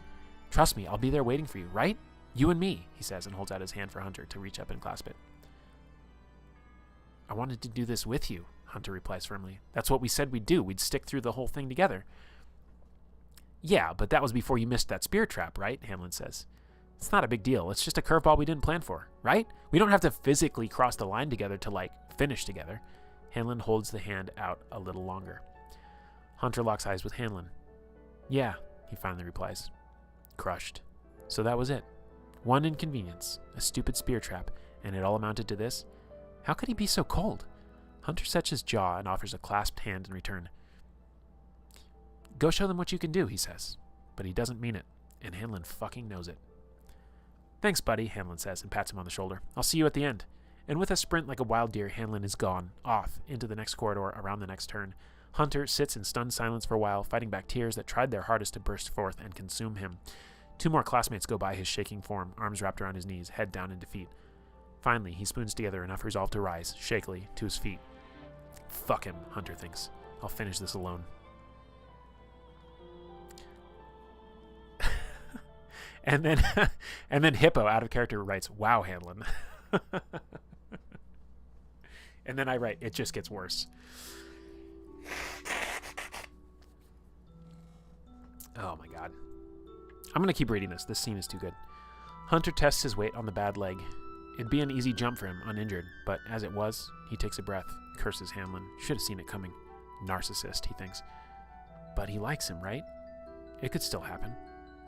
Just get to the end. Make it to assignment. I'll have plenty of time to tell him how he made me feel later. By the way, this is him saying, you made me feel like shit, you asshole. That's what he's referring to. Ouch! Yeah, even Youngsu would have disapproved of that, Hanlon. This is what I was saying is there were like some flashback scenes, like Sappho was writing a flashback scene, Sterling was writing a flashback scene, and like they were all like making you guys seem even more sympathetic, and I was like, my flashback scene does not make my character look like a good person. This is what I wanted to capture, is that Hanlon, like, why is he so driven to lead? Why is he so driven to rule? Why is he so driven for all this shit? This is who he was before Starkeep. He wanted glory and honor and victory, and he wanted to like show his parents that he could be his own man and stand on his own feet, and it was all about that for him. He wanted to like break the cycle or whatever. And what he didn't realize until all of this nightmare power stuff that happened down the road, when he finally confronted the nightmares, and the Raven Man is who forced him to confront honestly what he wanted. He's like, you do want those things, but you want to do it right, and you want to do it for this reason actually, and this reason only. It's about making a family. It's not about showing up your parents and living a better life or doing better than them or being the best. It's about making a healthy family. And so once he finally confronted that, that's when you see true Hanlon come into his own, of like maturing, because this Hanlon was a piece of shit.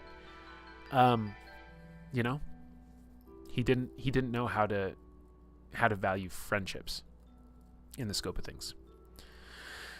So Hunter's in the thing. He peers over the edge, dark churning water, not a threat, but also no good way to come back up from there. Across the gap ahead of him is a platform, 5 feet by 5 feet. To get to the other side, he'll need to jump onto the platform and then make a second leap to the far side of the room. Should be plenty doable, maybe even with a bit of style. He takes another deep breath, casts a spell, enhancing his speed, hopefully enough to compensate for the bum leg. Pushes off, and he's airborne, platform in sight. With a dramatic sweep of his arm, rays of frost lurch forward, coating the platform in slick ice. Preserve momentum, he thinks, make both jumps with the same effort.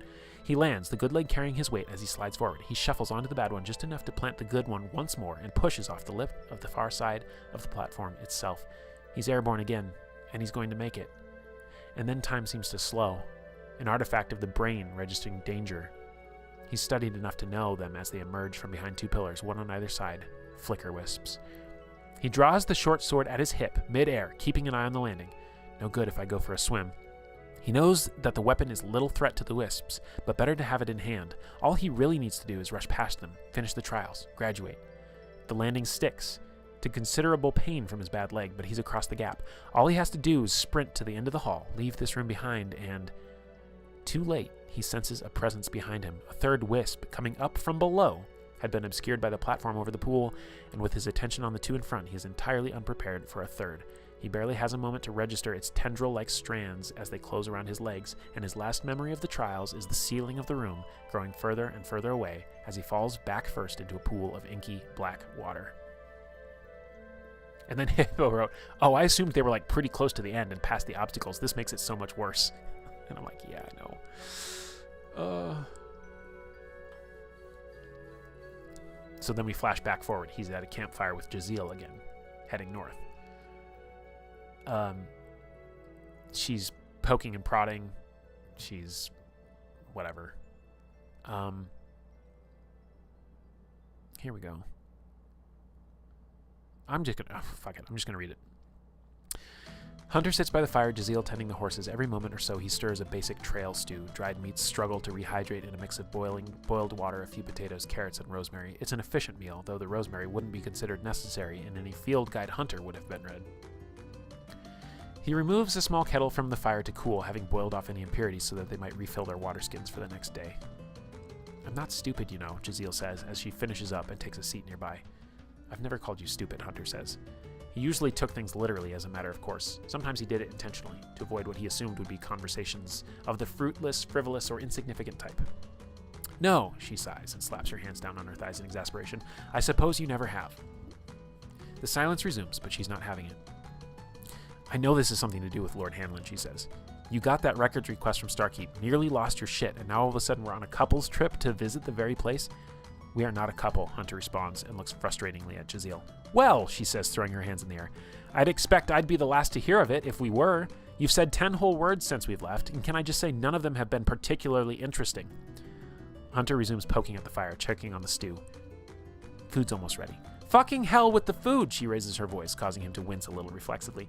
You are going to tell me what the hell is going on, or I'm going to turn around and head back to Nerosian in the morning and report myself for insubordination. And you along with me for failing to get me there. So what happened? He steal your girl or something? Why can't you just let it go, he shouts. Crickets chirp in the distant darkness. To his growing frustration, she stares him back down, then starts to crack a smile.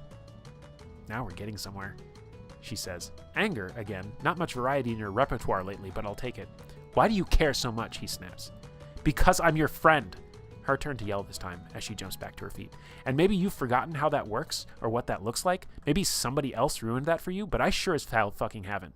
And if you keep acting like a petulant child, I might be the last friend you ever have, she concludes, standing over him and fuming. Eventually, she gives a ch and turns back to the opposite side of the fire. Hunter sits in stunned silence. People like Hanlon, she continues. Not that I fucking know him, but people like that who choose power when it's offered to them, they're what's wrong with the world. They're selfish, self-appeasing. They don't have space in their heads or their hearts for other people. So it wouldn't surprise me to hear that he did some fucked up thing to you in the past. But you know what? You don't want to talk about it? That's fine. I don't need to know he was an ass in his youth to know he's an ass now. Do you even know how many people he's gotten killed during his lead? Or do you make excuses for him just like everyone else does for people in power? She pauses. Whatever, she says, and kicks at a clump of dirt. He abandoned me, Hunter says softly, breaking his own silence. I loved him like a brother. But when he saw the chance for glory, he took it, and he left me behind. There are tears welling up in his eyes, tears he hasn't cried for years. There, she says, and reaches out to pull him towards her, stroking his hair lightly. He doesn't deserve your love, she says, or anyone's. I'll show you. As she continues to soothe Hunter, a devious smile crosses her face. I'll show everyone. Ha ha!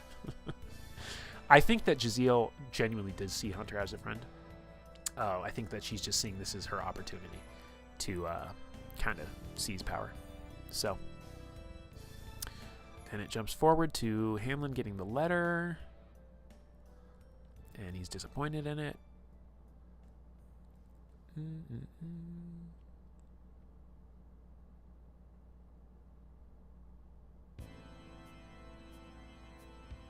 Oh, they're talking about how they're gonna like give the ancestors the what for.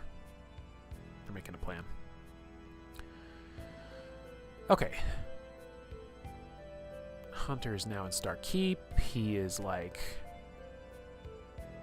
Oh, he actually starts to try and do some work for Massel. Excuse me. Mike was going to run a mission. And so he had actually started. And this is actually where Gina comes from. Gina and Hunter and maybe Remy and maybe somebody else were all going to be in this mission together. And it just didn't get off the ground. But so he was like going around Starkeep using a fake name. He was calling himself Vincent. And later on, there's a scene with Vincent and Ivory and Remy outside of the Awakened Phoenix, and that is where Hunter and Ivory become friends, which is wild as well. Let's see. Earlier in the day, Hunter meets Remy, Ivory, and Roleug, and that scene is here. So that is the 6th of Eridus. Where are we in the timeline? Have I gone too far ahead? I kind of have, but I think it's better to sort of finish this story off and probably end stream there, even though this is overlapping now where our Explorers has started, and we'll pick up another New Dawn Storytime stream. We'll pick up another Storytime stream with, it looks like, frankly, the Explorers. And then there's the fishing event, which has some cool scenes, because that's where Flash Flood starts to come in again a little bit more. Flash Flood, who becomes Maplewind. White's birthday party, that was a fun scene. So that's probably what we'll do. So this is 6th of Eridus, huh? So that would put it right there, right here. Well, guess what? While we're here, let's put the link in, because these were not linked.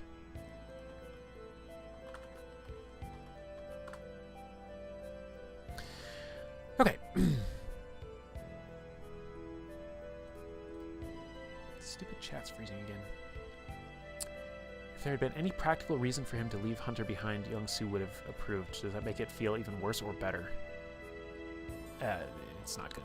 It's just not good. She's so manipulative, I know. Jaziel's the worst. I need to introduce Ivory. So, okay, where does that happen? Okay, hold on. Because 6th of Eridus is the day that Hunter meets her, so it must have happened in Starkeep Public there, and that's linked. And here is Starkeep Public as well. I think it was the 1st of Eridus, I think, is where Ivory comes in. Yeah. It's on Inheritor's Ascendance. No, it's not.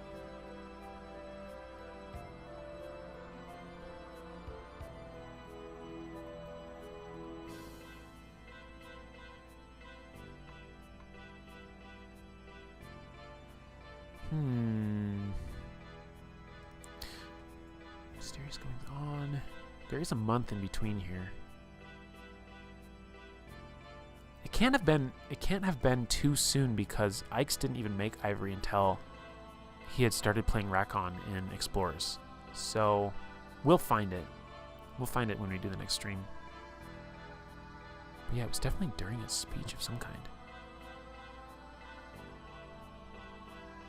I don't remember what it was for, though. Okay, we'll figure that out later. And also, we need to close that window. Okay. All right, so back to Hunter's drama. So he's okay. He's been in town. He has met Remy, Ivory, and Roleug. And he knows who Roleug is, because he's literally been spying on Hanlon and his council this whole time. And I think I did it this exact way. So I say he's been meeting with Mazul. No news on their current investigation yet. Waiting idly was gnawing at him, but what else could he do? He must have really pissed someone off in Nerosian to be exiled. Was that too strong a word? No, he did feel exiled out here. They knew he could be doing better work at home, advancing his career, and instead he was supposed to be what, fishing? He grabbed some light fare from the tavern, carried it back to the inn. Preferred not to take his meals with the public whenever possible, so it was a lot of cheeses, breads, and salted meats. But when in Starkeep, heading upstairs, he reaches into his pocket to grab his room key, fits it into the locked door, and turns. There are summer crickets chirping loudly, and he can hear them even through the closed windows. Nuisances, he thinks. He takes a moment to light a small oil lamp on the side of the table and arranges his things just so, off to the side as he always does. Satchel to the left, contents laid out to the right. Knife, dagger, pocket journals, quills, everything in his possession, ready to be bundled up for another day. He's about to unstrap the last item, his short sword, from his waist, when instead he finds himself drawing swiftly and leveling it at a voice that makes itself known suddenly and across the room from the corner chair. Hello, Hunter. His heart leaps into his throat. It's Hanlon. Ah! His blood pounds in his ears, heart races, the grip on his sword wavers. What are you doing here? Hunter asks him. Hanlon leans forward and rests his elbows on his knees. What are you doing here, Hunter? He asks. Hunter says nothing, narrows his eyes, and adjusts his grip once more.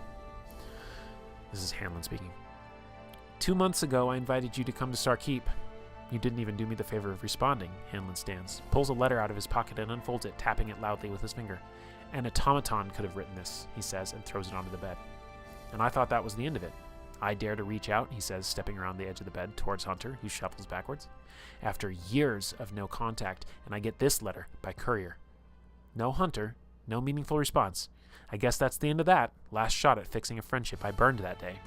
They both know which day he's talking about. And then I start to see things around town. Movement down alleyways. Tricks. My eyes are playing on me. Though they see pretty well, he says, indicating his black Kuthanite eyes. Mazel has a new recruit. Sharp, cunning, from Nerosian. Imagine that, he says. He draws closer. It makes you wonder, he says, gently reaching his hand up, palm open, and facing him to the sword point held in front of him. Then he closes a gloved hand around the blade itself, keeping it leveled at his chest. Are you here to kill me, Hunter? Because if you are, you should have done it before I fell in love with this place. Oh, the melodrama. Overwhelmed by the confrontation by his former friend before him, Hunter barely manages to get a word out, but when he does, it's with as much acrimony as possible. What would you know about dying? Then he drops the sword handle, spins, and flings open the door as arcane energies surround him, giving him enhanced speed and carrying him into the uncertain night. Or it would have, had he not found his path blocked by a few of Hanlon's council. Hanlon tosses the short sword up by its blade and catches the hilt, then lays it neatly amongst Hunter's other objects. When he steps into the hallway, he is grim, resolute. Old me would have come to you on my own, yes, but I've learned to rely on the people around me. Now, he says, indicating back to Hunter's room, let's talk. So much drama. Safa is waiting outside the door for this mysterious Hunter person to appear. Apparently he may be intending to run away or something, so she is ready and waiting to make sure he walks into a pile of fluffy foxes. She hits him with the calm motions. To say he was surprised to run into a pile of foxes in the hallway would have been the world's biggest understatement, but the surprise didn't last very long as he felt himself put at ease by the playful hops and tumbles of the critters as they bounded around and amongst his ankles. How do you have so many pets? He asks the woman he knows as Safa. Lots of food, she offers, looking him over, taking the measure of this mystery man Hanlon has been so tight-lipped about. You should finish your talk with Hanlon. Hunter looks between her and Hanlon, who's stepped out. I'd really rather not, he says. He wants to feel madder than he does, but can't manage it. Can the foxes come?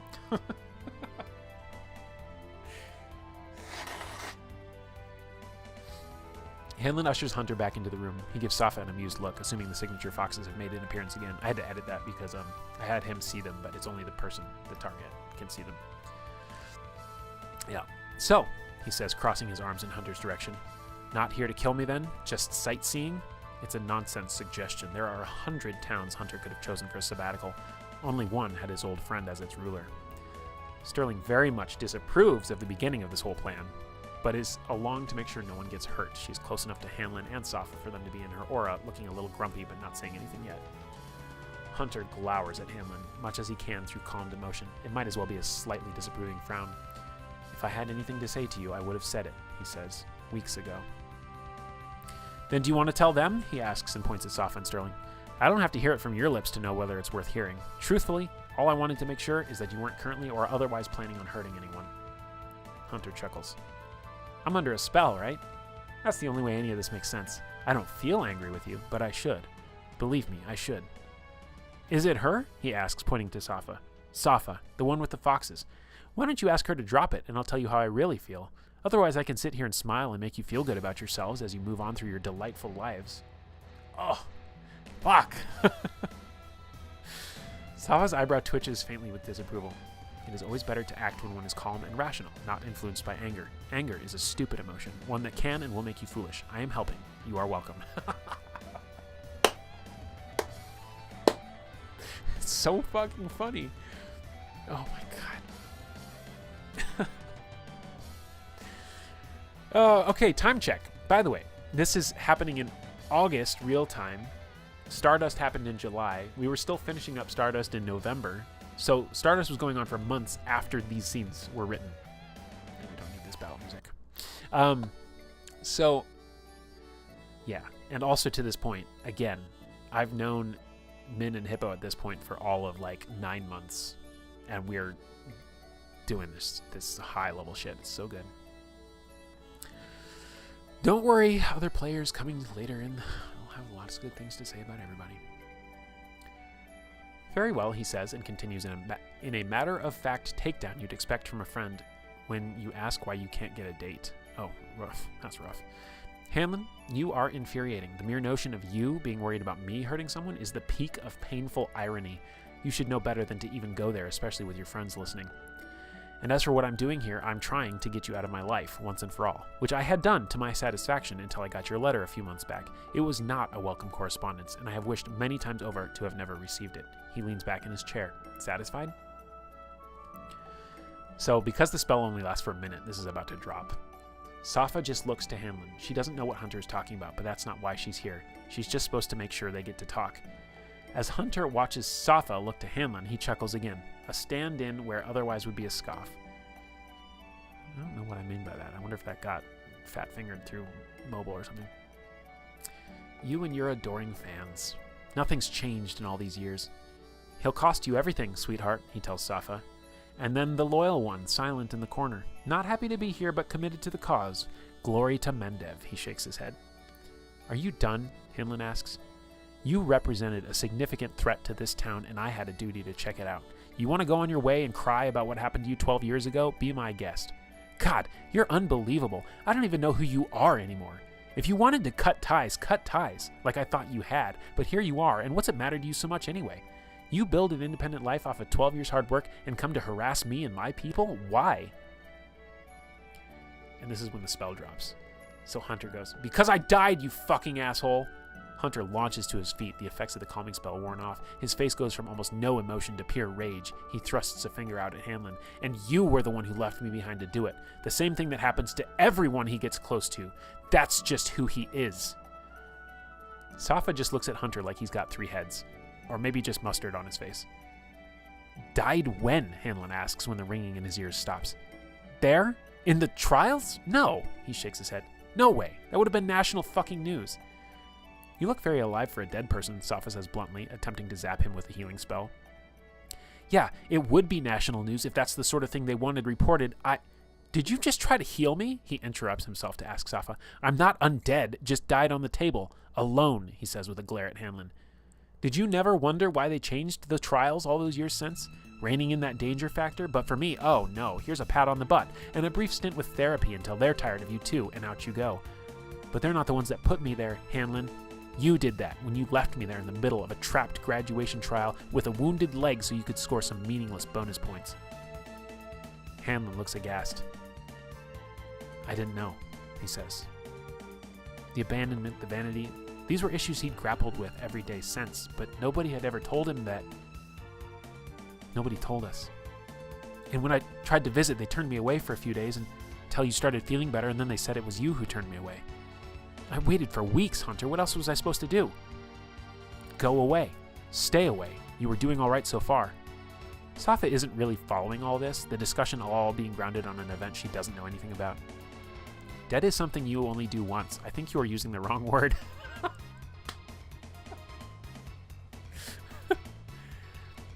My heart stopped beating for a prolonged period. Happy? It was traumatic. And guess what? Getting zapped back to life, to a regular heartbeat, doesn't exactly make it fun.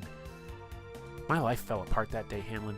Some of it under my control, sure. Meanwhile, you go right off to be Irahai's precious pony boy and everybody's favorite.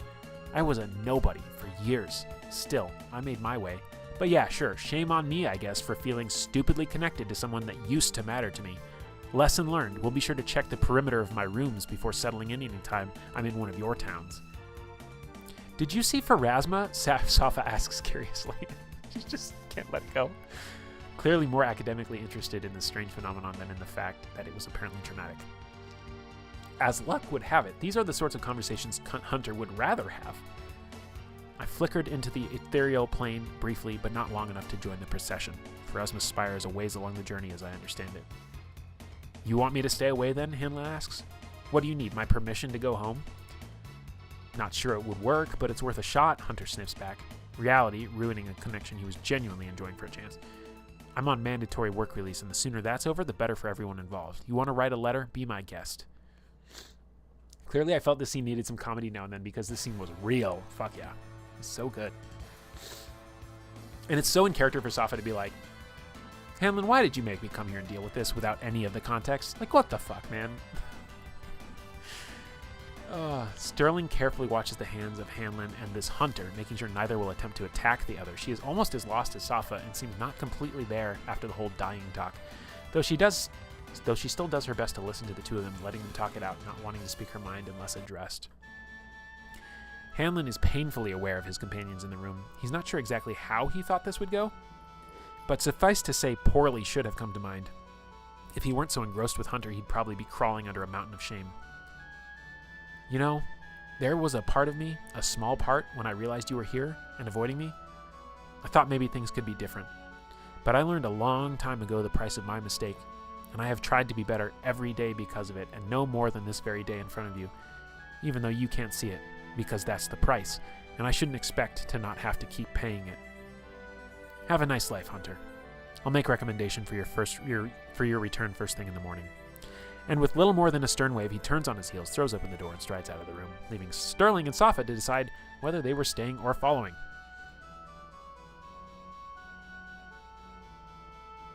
Excuse me?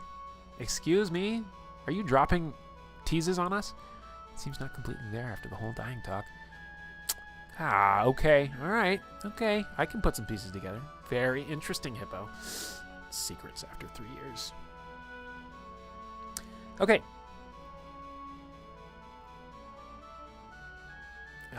Man, this sucks. Hippo did a roll to not ask an inappropriate for the situation question and succeeded. I wonder what that question would have been. Safa watches Hanlon leave, seeming overall perplexed by the entire exchange. I do not understand any of this. It is like watching children fight, but with grown men. Hunter slumps back in his chair and folds his arm. Well, that fucking sucked, he says. How old are you? Safa asks. Hunter rolls his eyes, expecting to be told to act his age. I'm 32. Why? Safa, as I said, you are like a child, she says bluntly. At least if this death incident is the only issue. Is there another problem? He scowls at this. Is there another problem? Are you completely heartless? Have you never thought you meant the world to someone and then watched them throw it all away? Must be a pretty charmed life. And like I said, I was over this whole thing until I got that stupid letter. She considers that for a moment, frown deepening slightly, distracted, but she shakes off whatever thoughts she was having. It is past. At least you are both alive. Why are you here? Sterling just shakes her head, sighs, taking a step or two towards Hunter. Hey, sorry for ambushing you like this. You didn't deserve it. I thought maybe there was a chance you could make amends and try to repair your friendship, but it seems neither of you want to work towards that. She crosses her arms as she waits for him to get to Safa's question, looking at him with concern for a second as Safa is distracted by her thoughts. Hunter softens a bit. Not a lot, but enough. Yeah, well, maybe part of me was hoping too. Clearly everybody else loves him, he says, throwing his hands up in the air, or at least loves following his orders. He sits in another moment's silence. What happened to his eyes? He asks, curious. There's a lot of rumors going around. Haven't been able to pin down the truth just yet. He's not sick? He asks. He is chief of Star Keep, so people follow his orders. It's how these things work, she says, like this shouldn't really need explaining. It is some sort of monster thing from Nadal, she says a little wryly to answer his question. It lets him see in the dark. It's a blessing for Zon Kuthan, Sterling adds, glaring at Safa for her monster comment before clarifying. More like a sick, twisted joke or curse for someone like Hanlon. Yeah. He was afraid of that, he sighs, guard lowering all the time. Then his lip starts to quiver almost imperceptibly and his eyes mist over. This is exactly what I didn't want to have happen, he says. Safa smirks faintly with Sterling's glare. I ask again, why are you here? Safa asks. Focus. Look, I don't know, okay? He says. I got the letter. He invited me to come. I freaked out. I ignored it for a few days, then decided what the hell. I asked for clearance to personally deliver the response. It was rejected. An unusual pattern of behavior, they said. So they sent the letter without me, and then sent me behind as a mandatory vacation. Because I've been working too hard. Which the whole thing was stupid, because I got here a week before they managed to send it up by the way of Sir Jorsel anyway. He sighs. But that wasn't the point. I guess there had been concerns about my mental health for a while now. And this was the final straw. So here I am, he says, taking in the newly built inn room, enjoying my vacation, such as it is, airing my dirty laundry in front of my He stops himself and closes his eyes, in front of my old friend's new bedfellows. Decide why you are here. It will make everything easier, she says bluntly. This is Safa. Hanlon is a good man, sometimes naive, but a good man. If you want to be friends, I do not see why that has to be difficult. Hunter doesn't have a good response for that, so he just silently nods. Look, Sterling says as she relaxes her posture. It seems that Hanlon did a pretty shitty thing to you in the past, and as today's actions show, he's not perfect. But he's trying to be better, and like Safa said, he is a good person. Things got heated today, mostly because of the shock factor of it being the first time you've seen him in a decade. If you do still want to be his friend, give him some time to cool down. See him tomorrow. See him in his office. Show some vulnerability without malice, and I'm sure he'll show you the same. He still keeps the compass he got from you, you know. That has to mean something, right? I can even talk to him before you do if you want. And you don't have to try to... And if you don't want to try to be friends with him anymore, then we'll leave you alone. Hunter chuckles as he looks up to the ceiling, trying to get the tears to roll back inside before they fall out and someone sees. It looks bad. But we used to sneak into each other's rooms all the time at the NAS. It's a rogue academy. How could you not? He draws in a shaky breath. All this time I've hated him for leaving me. Now I'm afraid he hates me for doing the same. Then tell him that, Sterling says bluntly as Safa would, doing her best to not get emotional as she sees Hunter start to. I think he'll understand, or at least begin to understand, and you can go from there. Whether that be towards peacefully, mutually agreeing to move on from the relationship, or trying to repair it, or start over, or whatever. In any case, I doubt either of you will be happy with ending it with the conversation you just had. She shakes his head furtively. Maybe. I understand the choices he made. Disagree with them plenty. I've just never been very good at letting him go. Try as I might. He sighs anew. You two know him best from what I can tell. Where do you think I'll find him? Waiting until tomorrow seems too close to tempting fate. Might as well figure out which way this ends tonight. When he's brooding like this, Sterling asks, a slight annoyance in her tone. He could be in his office, at his house, by the river, at a campsite contemplating leaving Starkeep for good, going on a dangerous mission that might get himself killed, or maybe he found a new place to go off to worry me. She pauses before realizing she just said and laughing a little. Like I said, he's not perfect, but you can probably find him at his house or office. If not, you can come find me and I'll look for him, she says as she gives him direction to Hanlon's house, office, and Safa's house. Hanlon looks over the two women, taking special note of Safa's commentary on Hanlon's goodness and Sterling's worry for his safety. You two really care about him, he more states than asks, then switches to apology. I didn't mean to come turn his life on its head, you know. Probably should have just stayed home. Or, well, regardless, if he's become the man you say he has, then I'm glad he has the two of you to share that with. However that works. He's not trying to pry or be crude, but he's keeping an eye on Hanlon he's been keeping an eye on Hanlon for the better part of a month. He's noticed things. You maybe figured this out already, he says, as he gathers his items to head back into the night. Doesn't really change anything, but I tried to have him once. It wasn't meant to be. And it's nice to see him happy, so I owe you both for that. And for tonight. Whatever happens, thank you for guiding me towards it. If there's one thing Hanlon and I share in spades, it's stubbornness. Please accept my part of the apology for our juvenile display. We're better than that, both of us. Safa seems more or less satisfied with how things are unfolding. He just left, so I'm sure I can track his scent easily enough, she says before shifting into fox form and starting to follow after Hanlon. Oh, he says. Was she all the foxes? He asks Sterling as he follows along. She's the one who made them appear, but her herself, she's just the one, she smiles as she begins to follow Safox. Also, I'm sorry too, by the way, for not pushing Hanlon hard enough to go about this more maturely from the start, she says with another sigh. Oh, and also for what it's worth. Thanks for getting us the information on Carmine and Salton. That was you, right? I really appreciate it. Ah, so you're the general with a keen interest then, he says. It did feel a little bleeding heart for Hanlon, no offense. It actually took a fair bit of digging, so I'm glad I gave you some answers. And when it comes to Hanlon, I wouldn't worry too much over any perceived immaturity. We're both bathing in it lately. Boys will be boys, or some equally nonsensical platitude. Is he down by the river then? He asks ahead to Safa. Seems that way, Sterling replies, nodding at Hunter's comments, and they follow Safa down through the forest and along the river's edge.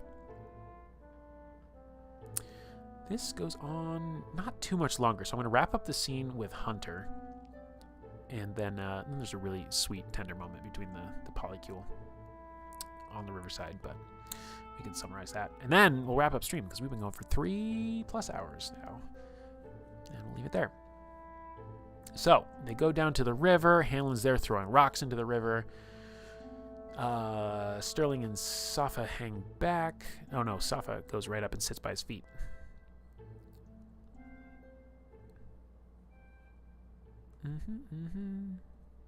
So Hunter finally goes up to him. He says, the things I said.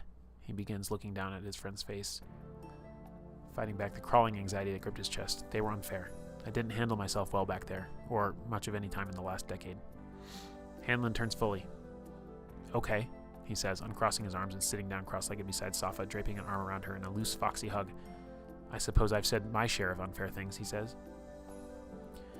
Did Sterling tell you about how she hated my plan to talk with you, he asks. She usually keeps me from making an ass out of myself, but sometimes I can't seem to help it. Hunter chuckles. I pity the person who has that job, he jokes. So, we're just going to sit in the grass and talk this out like school kids, he asks, probing for some levity. It's Starkeep, Hunter. Bigger than it's ever been. Still 90% grass. He gives Safa an affectionate rub, allowing the peace of the interaction to suffuse the moment. How'd you get here anyway? Don't tell me they threw you on a horse the whole way up. 3 back-breaking days, he says, and bends over to sit himself on the ground, knees drawn up in front of him. Part of me wonders if not being called back yet is a mixed blessing. With the ice more or less broken and a more stable footing between them, the two men are gradually able to come to a place of understanding. It isn't perfect, and the work isn't done, but there's a foundation there where there had been none. So now what? Hanlon asks. I can still write that letter, get you set back up in Neurosian. Sounds like you're looking at quite the promotion in a year or so. Hunter looks up at Sterling for a moment, then out over the river. I don't know. I'd like to continue helping Mazel with that cult business, and I think I probably need to think about what I want to do with my life and who I want to be. Maybe that's why they haven't let me come home yet, to be sure that when I do, it's the right choice. After a bit more bridging, Hunter stands to leave. Hold off on that letter, he says with a melancholy smile on his face. I'll have to think about what's next. Hanlon also stands to bid him good evening. He tentatively offers a handshake, which Hunter rejects as politely as he can. Sorry, we're not there yet. He gives a small nod to both Safa and Sterling and heads back to the inn for the evening. End scene. Well, not really. The scene goes on with the 3 of them. And it gets very, very cute and adorable. But that's the story of Hunter in a nutshell. And then he goes off and he kind of does his own things. Good stuff indeed. Good stuff indeed. Can't be half celestial and half zombie. Oh, that's funny. Oh, wow. Well, we got through 2 big chunks of story. And, okay, so, in world, right, those took place over the course of 1 month. So we did 1 month today on stream. And then that scene that I just read was the 6th of... Is it not here? I got myself all confused again. Oh, here it is. Here it is. So we actually jumped ahead. So actually, there were 2 months in between there. And so we got to go backwards now to the Foundation of the Explorers, which, by the way, is where Jazeel, Hunter's friend, becomes a big old problem. What was the year of the date of that stuff? In reality, that was August of 2023, so we had not even played for a year yet. It was the tail end of August. In fact, it was almost a year. It was almost 3 years ago to the day. Yup. But, yeah. Wild. Wild. Wild, wild, wild, wild, wild. What a crazy game this is. 2 whole streams, and I still haven't gotten even to, so many of the most active current characters are not even in the story yet. It's insane. It's insane, guys. It's insane. You love these streams. I'm glad you do. There are 2 people that love them. Maybe 5 if I'm lucky. But you know what? They're fun. They're not going to grow my channel at all. They're not going to do anything like that. Speaking of which, I was going to mention briefly, channel stuff. Guys, this stuff is hard. This stuff is so hard. If you have a vision and you want to achieve something with it, which I've been very upfront that I do, and it's tough. It's tough to make things, and I have such a diverse set of things that I make, and obviously nobody's going to watch all of it, but this is challenging to want so badly to make something meaningful and then see in real time that it's not resonating or people are too busy for it or whatever, and it's man, that sucks. I'm really wanting to make something good, and then it's well, I don't know. Sometimes I do streams that are going to get 10 views and that's it. But it's hard. So part of doing these New Dawn streams is just kind of like as I often do, is just kind of, I need a reset for myself. I can keep doing RPG reviews, and I can always pick up a new RPG text and be like, here's a bunch of thoughts about how these rules interact. And people love that. That's some of my content that does the best. But the problem is that it all starts to blend in together. And then it becomes performative. I'm like reading about these games that I'm probably never going to get a chance to play. And it's like, why? Like, am I the person people are going to come to like, let's see what London's opinion is on this thing to decide whether I'm going to buy it or not? Like, no, not really. So I have, and at least we're chipping away at some things. I'm getting to play The Last Caravan, which the game in our server is going so well. It's so fun. And I think it's a good read if anybody wants to read along with it. Right now, Max and Casey are the two active characters, and they're a delightful duo. They're like a brother-sister combo. Casey is like a former drug addict, but like is cleaned up. And she's like this tough, like, she's basically like a young Jessica Jones. She's just piss and vinegar and just wants to like break shit and doesn't trust anybody. It's great. Yeah. We'll see what mysteries you bring to the table. And Max is like the innocent. He's literally, I think the playbook is called The Innocent. Is it called The Innocent? I think it is. But there's a trope, because this is emulating movies, or like these travel movies and these post-apocalyptic movies. So there is a way, The Innocent. There's a way to trigger this character to like turn into like the hardened, like, I've accepted that life is not fair, and they turn into like the hardened version of themselves. Not in like a really bad way, but in a like, yeah, I'm gonna shoot somebody who is threatening our caravan. Like, anyway. So right now he's the very innocent, like, please don't hurt anybody, please don't do anything to anybody. And Casey, my character, is always just like, I want to shoot this motherfucker, except for she has very few bullets, so she actually does not want to shoot people right now.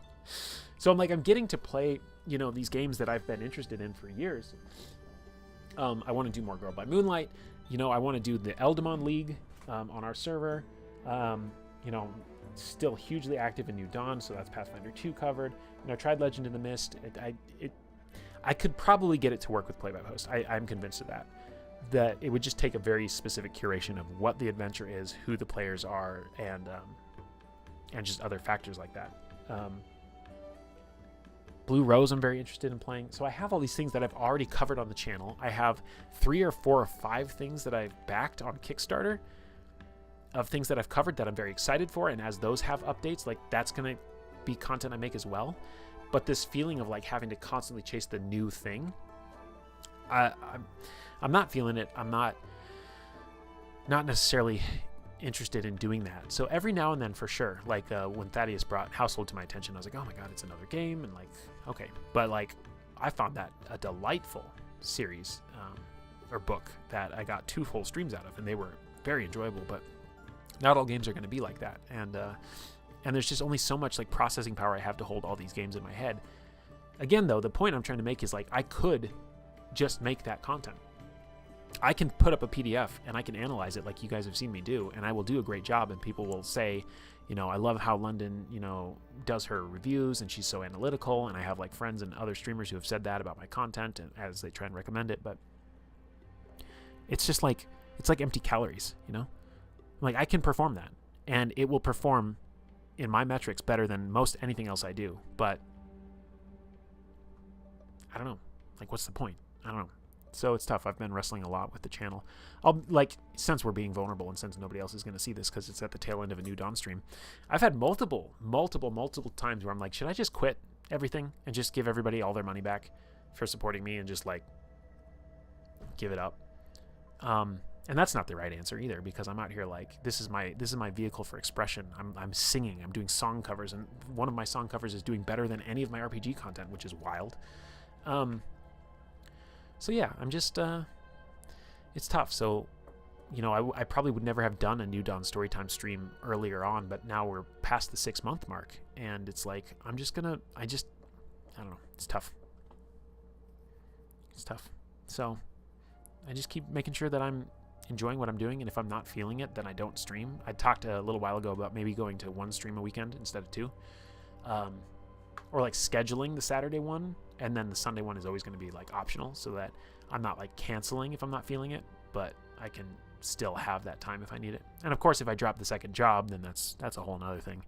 But then I've got, personal life stuff going on, and it's wild. It's wild. But yeah, really appreciate all the support of everybody that has come around. I still hope, I desperately, more than hope, I need to be providing value. And I've talked about this in clips, and I've talked about it in streams, that if I'm just passing time for people, then that's wrong. That's not good enough. But hopefully I'm bringing together people who are enjoying company together, and I don't know. On and on it goes. Of course, my chat's frozen again, so I don't even know if you guys are saying anything. I feel like that's the life of a lot of streamers, right? Where the content that works best for them from a metrics perspective isn't quite what feels right, if that makes sense. Yeah, that's what I hear. It's tough knowing that I could like it would stop feeling like a hobby, but it's weird because I'm like, it's not a hobby because I have these really strong aspirations too. So like I'm in this weird middle zone where I'm not trying to make it a business, and it's not quite a hobby, it's a mission. And that I feel like puts me in a really different place as I try to evaluate all these things. So I don't know, just ranting. I don't remember why I was going to bring that up too. It was something like while we were going through the timeline that I was thinking of that I wanted to bring up, but is what it is. So I don't think I'll just spontaneously quit and shut everything down, but yeah, it's hard. It's hard sometimes. If it's a mission, then do what feels right. I've been doing that so far. I don't think I've found myself doing things that I've gone back and been like, oh, my heart wasn't in that. Like, I don't think I've compromised that yet to this time. Like, I am absolutely loving playing E33. The other night when I was like, I'm going to play Prince of Persia, and I've got probably 1 or 2 more streams of that, and that was a lot of fun. But I don't know, there's this weird push and pull, and it's in my own head that I have to get it sorted out of like, does it matter if anybody watches anything? Does it matter if anybody comments on anything? Does it matter if things get likes? Do I even care? And it's like, I do. I do care. But, like spontaneously doing a Prince of Persia stream this was 3.25 hours. And, let's look at this, 'cause I'm curious, because it was such an off-the-wall thing to do. What is the mission exactly? I could tell you the mission. You don't need to watch the videos. I did clip it. I have a couple short videos that talk about it. Where's the metric I'm looking for here? Also, YouTube is in the middle of changing how they calculate everything, so. Okay, so, like, I played Prince of Persia, and it was a lot of fun. And I had good chats with people. I think Dicey was in there. I think Min, you might have been in there. I don't remember. So I had about 3 viewers, 2 to 3 viewers on average. The peak was 5. The average was 3. Overall, it has 21 views, which you could click onto it for like half a second and click away, and it counts as a view now. But across the 21 views, the average view duration is 11 minutes and 42 seconds. So there were 3-ish average people who watched the whole thing. That would have been 9 hours, 10 hours basically. And then if you divide 10 hours by 21, that should give you that number. So that's not quite it either. Which means that on average, people watched for... It's like, okay, this is weird. I don't expect somebody to watch a playthrough of Prince of Persia. I'm just using this as an example. And yeah, people are busy, yeah. But it's like these views, you're like, well, it got 21 views, and that doesn't seem like a lot. But it's worse than that if you want to consider it, because that's like somebody tuned in for like 2 minutes and went like, oh. And that's fine, but is it fine? I don't know, it's weird. This is a weird place to be in. Because I'm not... That's the thing. Yeah, what is the mission? The mission is I want to create a safe place for people to find community and fellowship and build and strengthen existing relationships and have a safe place that they can talk about things they're going through and build community, basically. Like all of our voice calls that we do, there's like a certain group of people that are really into doing those and catching up with each other and building community and fellowship. It's basically just that joining Knights of Last Call started a series of events that were life-changing for me in a very, very, very, very, very, very, very positive way. That has brought me to relationships that I would not have had otherwise, friendships I would not have had otherwise, experiences I would not have had otherwise, and I want to replicate that for other people. I wanted to make that available to other people who aren't going to necessarily get swept up and caught up in the Knights of Last Call world. And also the Knights of Last Call world has evolved and changed too. So the people who were active there in the beginning are not necessarily active there now. So there's new relationships being found and whatever, but it's not like, I want to be a space where people can have that. But I guess what I've been finding is that, like, there were people who already knew me or were like one step removed, and they've come into this community, which is great, and I love that. And it's not gone anywhere out beyond that to where there are genuinely what I would consider new people, unaffiliated people, who are discovering and coming into the community. And I guess there's not a really strong call to action for why they should. You know, I always talk about, you know, we have this, and this going on in the Discord, and it's a great time, and there's great people. And if you see the great people that are in the London Station live chats, these are the people that you can have conversations with about other things. But I don't have a strong call to action like Knights of Last Call, Derek, when he was building up his community, because I think I joined the Discord like 6 months into when it was active, and it was constantly and consistently like, this is a place to have rigorous debate about RPGs that is outside of just 5e, and people who have diverse, broad experience and can have all sorts of intelligent conversations, and there's a market for that. And I guess I'm like, there's a market for that, and I got the friendship and the community and everything as a byproduct of it. I'm trying to take the byproduct of Knights of Last Call and make it the primary product of London Station, and I think it's just harder to advertise or sell. Not that I'm trying to advertise or sell it, but I really do want it to be known that it's out there, and then people can decide to participate or not, which they currently are deciding to participate or not. People are participating, and others are not. So it's tough. Yep. But, you know, it's like, I was at work the other day, and I went to check on one of my guys and just started having a conversation with him.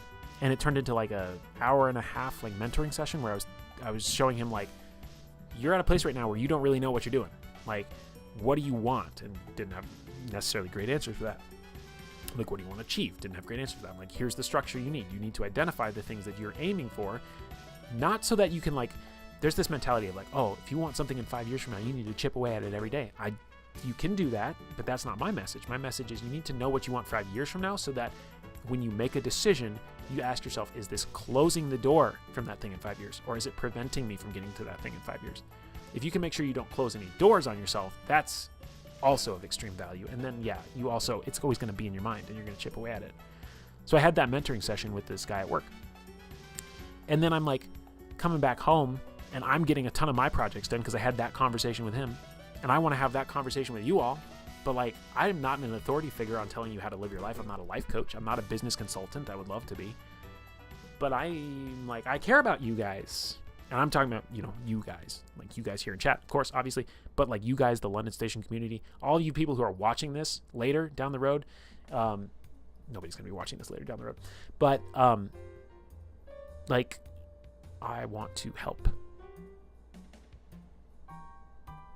And sometimes helping is just like, I have thoughts that you haven't thought of yet, and I'd like to share them. And other people have thoughts that I haven't thought of yet, and they share them with me. And I get that back from the community. I get the feedback loop of that. So I go into a voice call, and I'm ranting about something going on in my life, and somebody will be like, well, have you thought about this? And I'm like, shit, no, I haven't. And so it's high value. It's relationship and community so that we can get out of just our own brains. I forget there's a quote. What is the quote?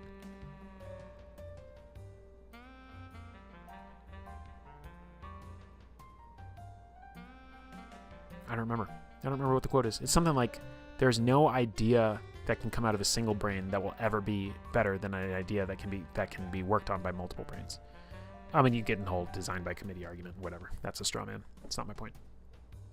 A huge part of feeling like you've found a safe space when you want to share and bond with people is shared interests and stuff. I don't think you can aim directly for that safe space and community. Yeah. But damn it, I'm trying. Yeah, but we have the shared interest element. It's just less. That's like the variety streamer thing. Like I am doing RPG content, and I am doing topical content, and then I am doing live plays of video games content. So it's like nerd culture broadly, but I'm not even like up with what the current hot stuff is. I'm just me. And then it's like, okay, well, am I trying to build a personality-focused community? Because some people do that. They're like, you're here for me and my personality and my takes, and then I am your shared interest, wide, broader community, and that's the thing. And I'm like, I don't know if that's it either. So, whatever. Anyway, thank you for letting me rant and ramble about all of that. That's always a good time. I will definitely not be clipping this and re-uploading it later. I'm going to pretend like it didn't happen. In fact, I might cut it off the end of the stream. Who knows how embarrassed I feel about it later. But it felt like a thing to talk about today. I got to work tonight, so that's lame. I actually opted in. They called me and they're like, somebody called out. Can you work a couple hours? I'm like, yes I can. Anyway, let's see. I was gonna go raid Cheeky, but it looks like she might be ending stream. I'm just going to ask, are you ending stream? Blap. Anyway, thanks for hanging out. Appreciate you guys. It was always good to talk about New Dawn, and we've got a lot more talking about New Dawn streams to go, apparently. I didn't know I was going to make a whole series out of this, but I'll have to make a playlist now. The New Dawn playlist. And I'll put the play-by-post stream in that playlist as well, because it's good. Good stuff. Love the space you've created. Thank you. Thank you for saying it. You can never say it too much. My point is doing other things that are fun and don't feel focused on that mission may actually be a bigger part of that mission than you think. Oh, interesting. Like PSO Saturdays. Y'all, if you want to play PSO on Saturday nights, we do that sometimes. It's great. We could have potentially done that tonight, but no, I picked up a shift, so I gotta go make my $58 or whatever. Anyway, I just love to talk, clearly. Love y'all so much. Thanks for hanging out. We'll be back with more New Dawn stuff. Tomorrow, I think I'm going to do actually the PSO knockoff solo game rules playtest document thing and just see what it's all about. I have no idea what to expect, so that might be maybe fun. That's going to be tomorrow morning. And then Wednesday night, I believe we're doing an E33 again, and then it's just back to the weekend figuring out what's up next. We'll probably, I don't know, might as well do a series out of this. We'll just stick with the New Dawn until we catch up to present time. And then it takes a little bit of pressure off of me from deciding what needs to come next. So, God, the longest outro in the history of outros ever. Thanks so much for being here. I'll catch you guys later. Love you all so much. And see you next time on London Station. Bye.